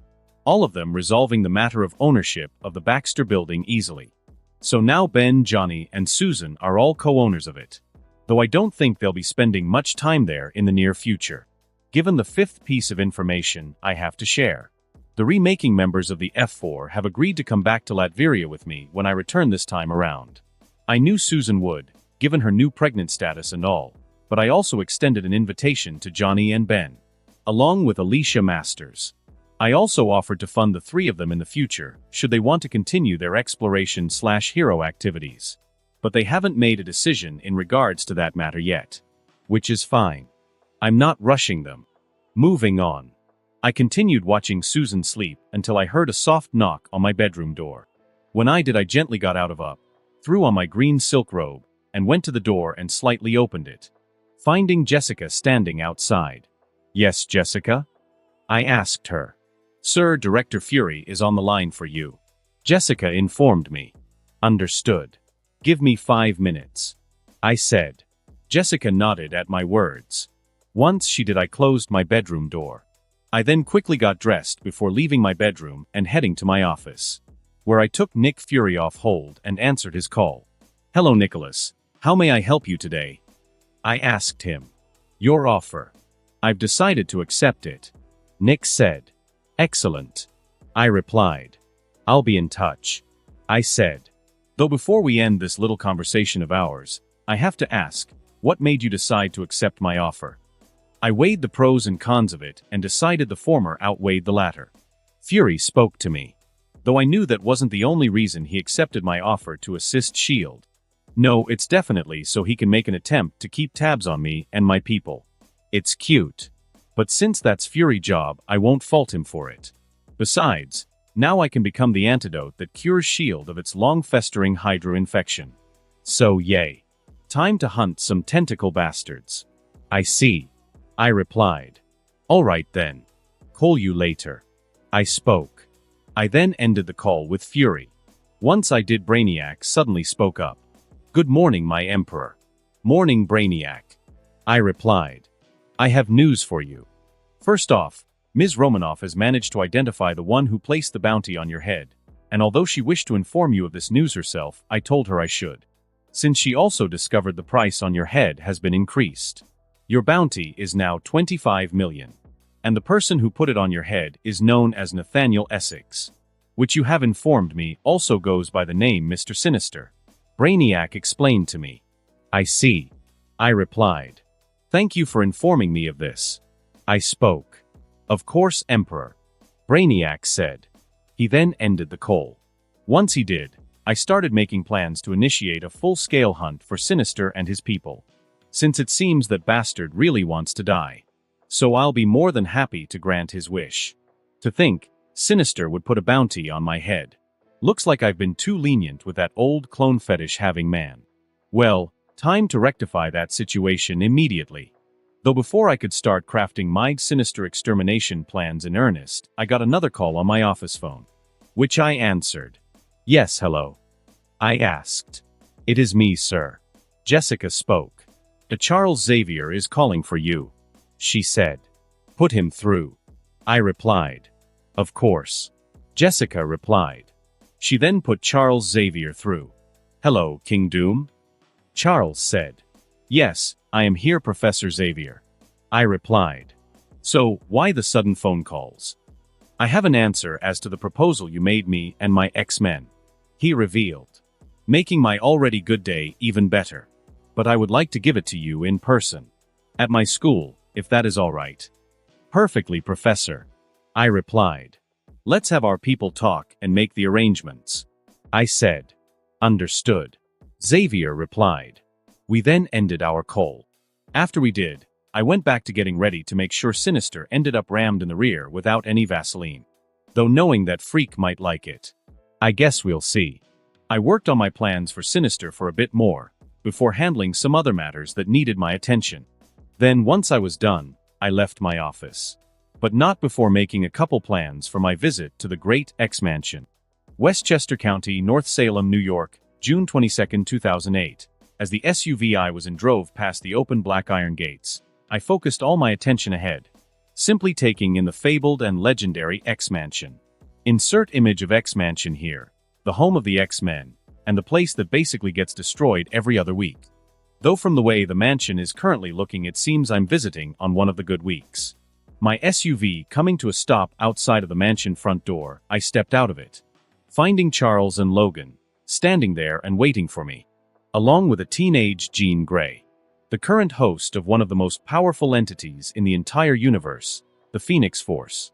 As I glanced at the young girl, I found it a bit hard to believe how much power and potential she possessed. On the other hand, her looks were already shaping up to make her a real knockout in a few years. And seeing Jean in the flesh, I can now understand why so many men, especially those related to the X-Men, ended up simping for her. Even I saw her from the Rule 34 perspective in my previous life, along with many other female Marvel characters I have met since coming to this world, which I am not ashamed to admit. Especially since none of them will ever find out I have done this. Ah, King Doom, welcome. Charles said to me. Thank you, Professor Xavier. I said to him. Logan. I said to the man, who only gave me a brief nod of acknowledgement. But that was all I needed. Once this happened, I turned my attention to Jean. Oh, and who might this lovely young lady be? I asked her. I'm Jean Grey, sir. I mean, Your Highness, Jean said, nervousness lacing her voice. Well, Jean Grey, it's nice to meet you, I told her. Jean here is one of my first students, Xavier told me. A powerful telepath and telekinetic. Oh, so you're a powerful young lady then, I said. Good to know. I spoke. Thank you, Jean replied, a blush appearing on her face, making her look even cuter. But that's all she is in my eyes, since I don't ever go near jailbait. After all, I am a proud MILF, as well as a lifetime member of the Church of Thick. The phrase, thick thighs save lives, being one of the mottos I live by. So I'm not even thinking of trying to seduce Jean Grey, though I wouldn't mind having a chance work her clone, Madeline Pryor. Seriously, the creators really knew what they were doing when they made her character on X-Men 97. A goth MILF. It was one of my dreams come true. So if Scott wasn't going to say her name, I gladly would have. Moving on. After we exchanged pleasantries, Xavier started giving me a tour of the mansion and its ground, where I saw numerous children of varying ages, all of them with varying superhuman abilities. Though other than Jean, I didn't see any other recognizable member of the X-Men, or member of the mutant community from Marvel, that I could recall. Eventually the tour ended, Xavier doing so near a tree by the lake on the grounds. So, what do you think of my school? It's a wonderful place, Charles, I spoke truly. Thank you, King Victor. Those words mean a lot coming from a man such as yourself, who seems to be doing more for Mutsari. I mean EVO kind than I currently am. Charles spoke. Don't beat yourself up. I mean, you've been fighting this battle for years, decades, without giving up. It takes a lot of will to do that, especially in the world we live in. I spoke. I appreciate your vote of confidence, truly. But as I just said, I am not doing enough, which is why I want to take you up on your offer and work with you. Charles spoke. I see, I replied. Thank you, Charles. You won't regret this. I promise, I told him. No, I don't think I will, he said. The two of us then shook hands. After that, we then chatted for a bit more. Then man even showed me the mansion's underground facilities, including Hank's lab, where we had another stimulating conversation. Though before we both got into deep, I stopped it. I then did a few more things before bidding Charles, his X-Men, and the X-Mansion farewell. As my SUV headed back towards New York City, I took out my phone and made a call to Jessica. Yes, my Emperor? She asked. The moment she picked up. Charles Xavier and his X-Men have agreed to work with us. So let's move forward with the plan. I didn't get to say another word, since all of a sudden two individuals suddenly appeared on the road right in front of the SUV. One of them punching down on the front end, sending the SUV up into the air and flipping. The second after this happened, I summoned my armor to me. I then freed myself from my annoying seat belts, after which I kicked out one of the vehicle's rear doors and then dragged my two bodyguards out of the SUV from there. All three of us safely landing on the ground. Just as the SUV hit it and began rolling, becoming a mangled mess. Brainiac, I am under assault. Send backup to my location immediately. I called to him, using my suit's communication system, which I found someone was trying to jam. Trying and failing. Understood, my Emperor. Reinforcements will arrive shortly. Brainiac replied. As he did, the four Doombots I always had following me from the skies landed beside me and the two bodyguards, both of whom are Spartans. Can you both stand? I asked them. Yes, we can, Emperor. They both answered in unison. Good. I replied to them. Stay with the Doombots, they will protect you, while I deal with those foolish enough to attack me, I said. My two bodyguards nodded. Once they did, I focused all my attention on the ones who just messed up so badly they just didn't know it yet. When I did, I saw two people I recognized. Blockbuster and Vanisher. Then, before I could even make a move against them, I found myself surrounded on all sides. In back of me were Arclight and Harpoon. To my right I found Ares and Hans. While to my left I found Vertigo and Greycrow aiming two very large guns at me. Seeing all of them here, I knew this was Sinister doing, since all of these people are part of the Marauders. One of the two groups Sinister treats as his bitches, the other being the Nasty Boys, who are probably with Sinister giving him his final blowjob as I speak. since after today he will not have a single moment of peace. For he has just summoned the full might of Dr. Doom against him. The fool has no idea what he's just done. But soon, he most definitely will. And that concludes this episode. If you enjoyed it, I'd seriously love it if you guys could leave a like on the video, as it genuinely helps out so much, and it keeps me going, plus it takes only 1 second. That said, have a wonderful day. See you in the next one.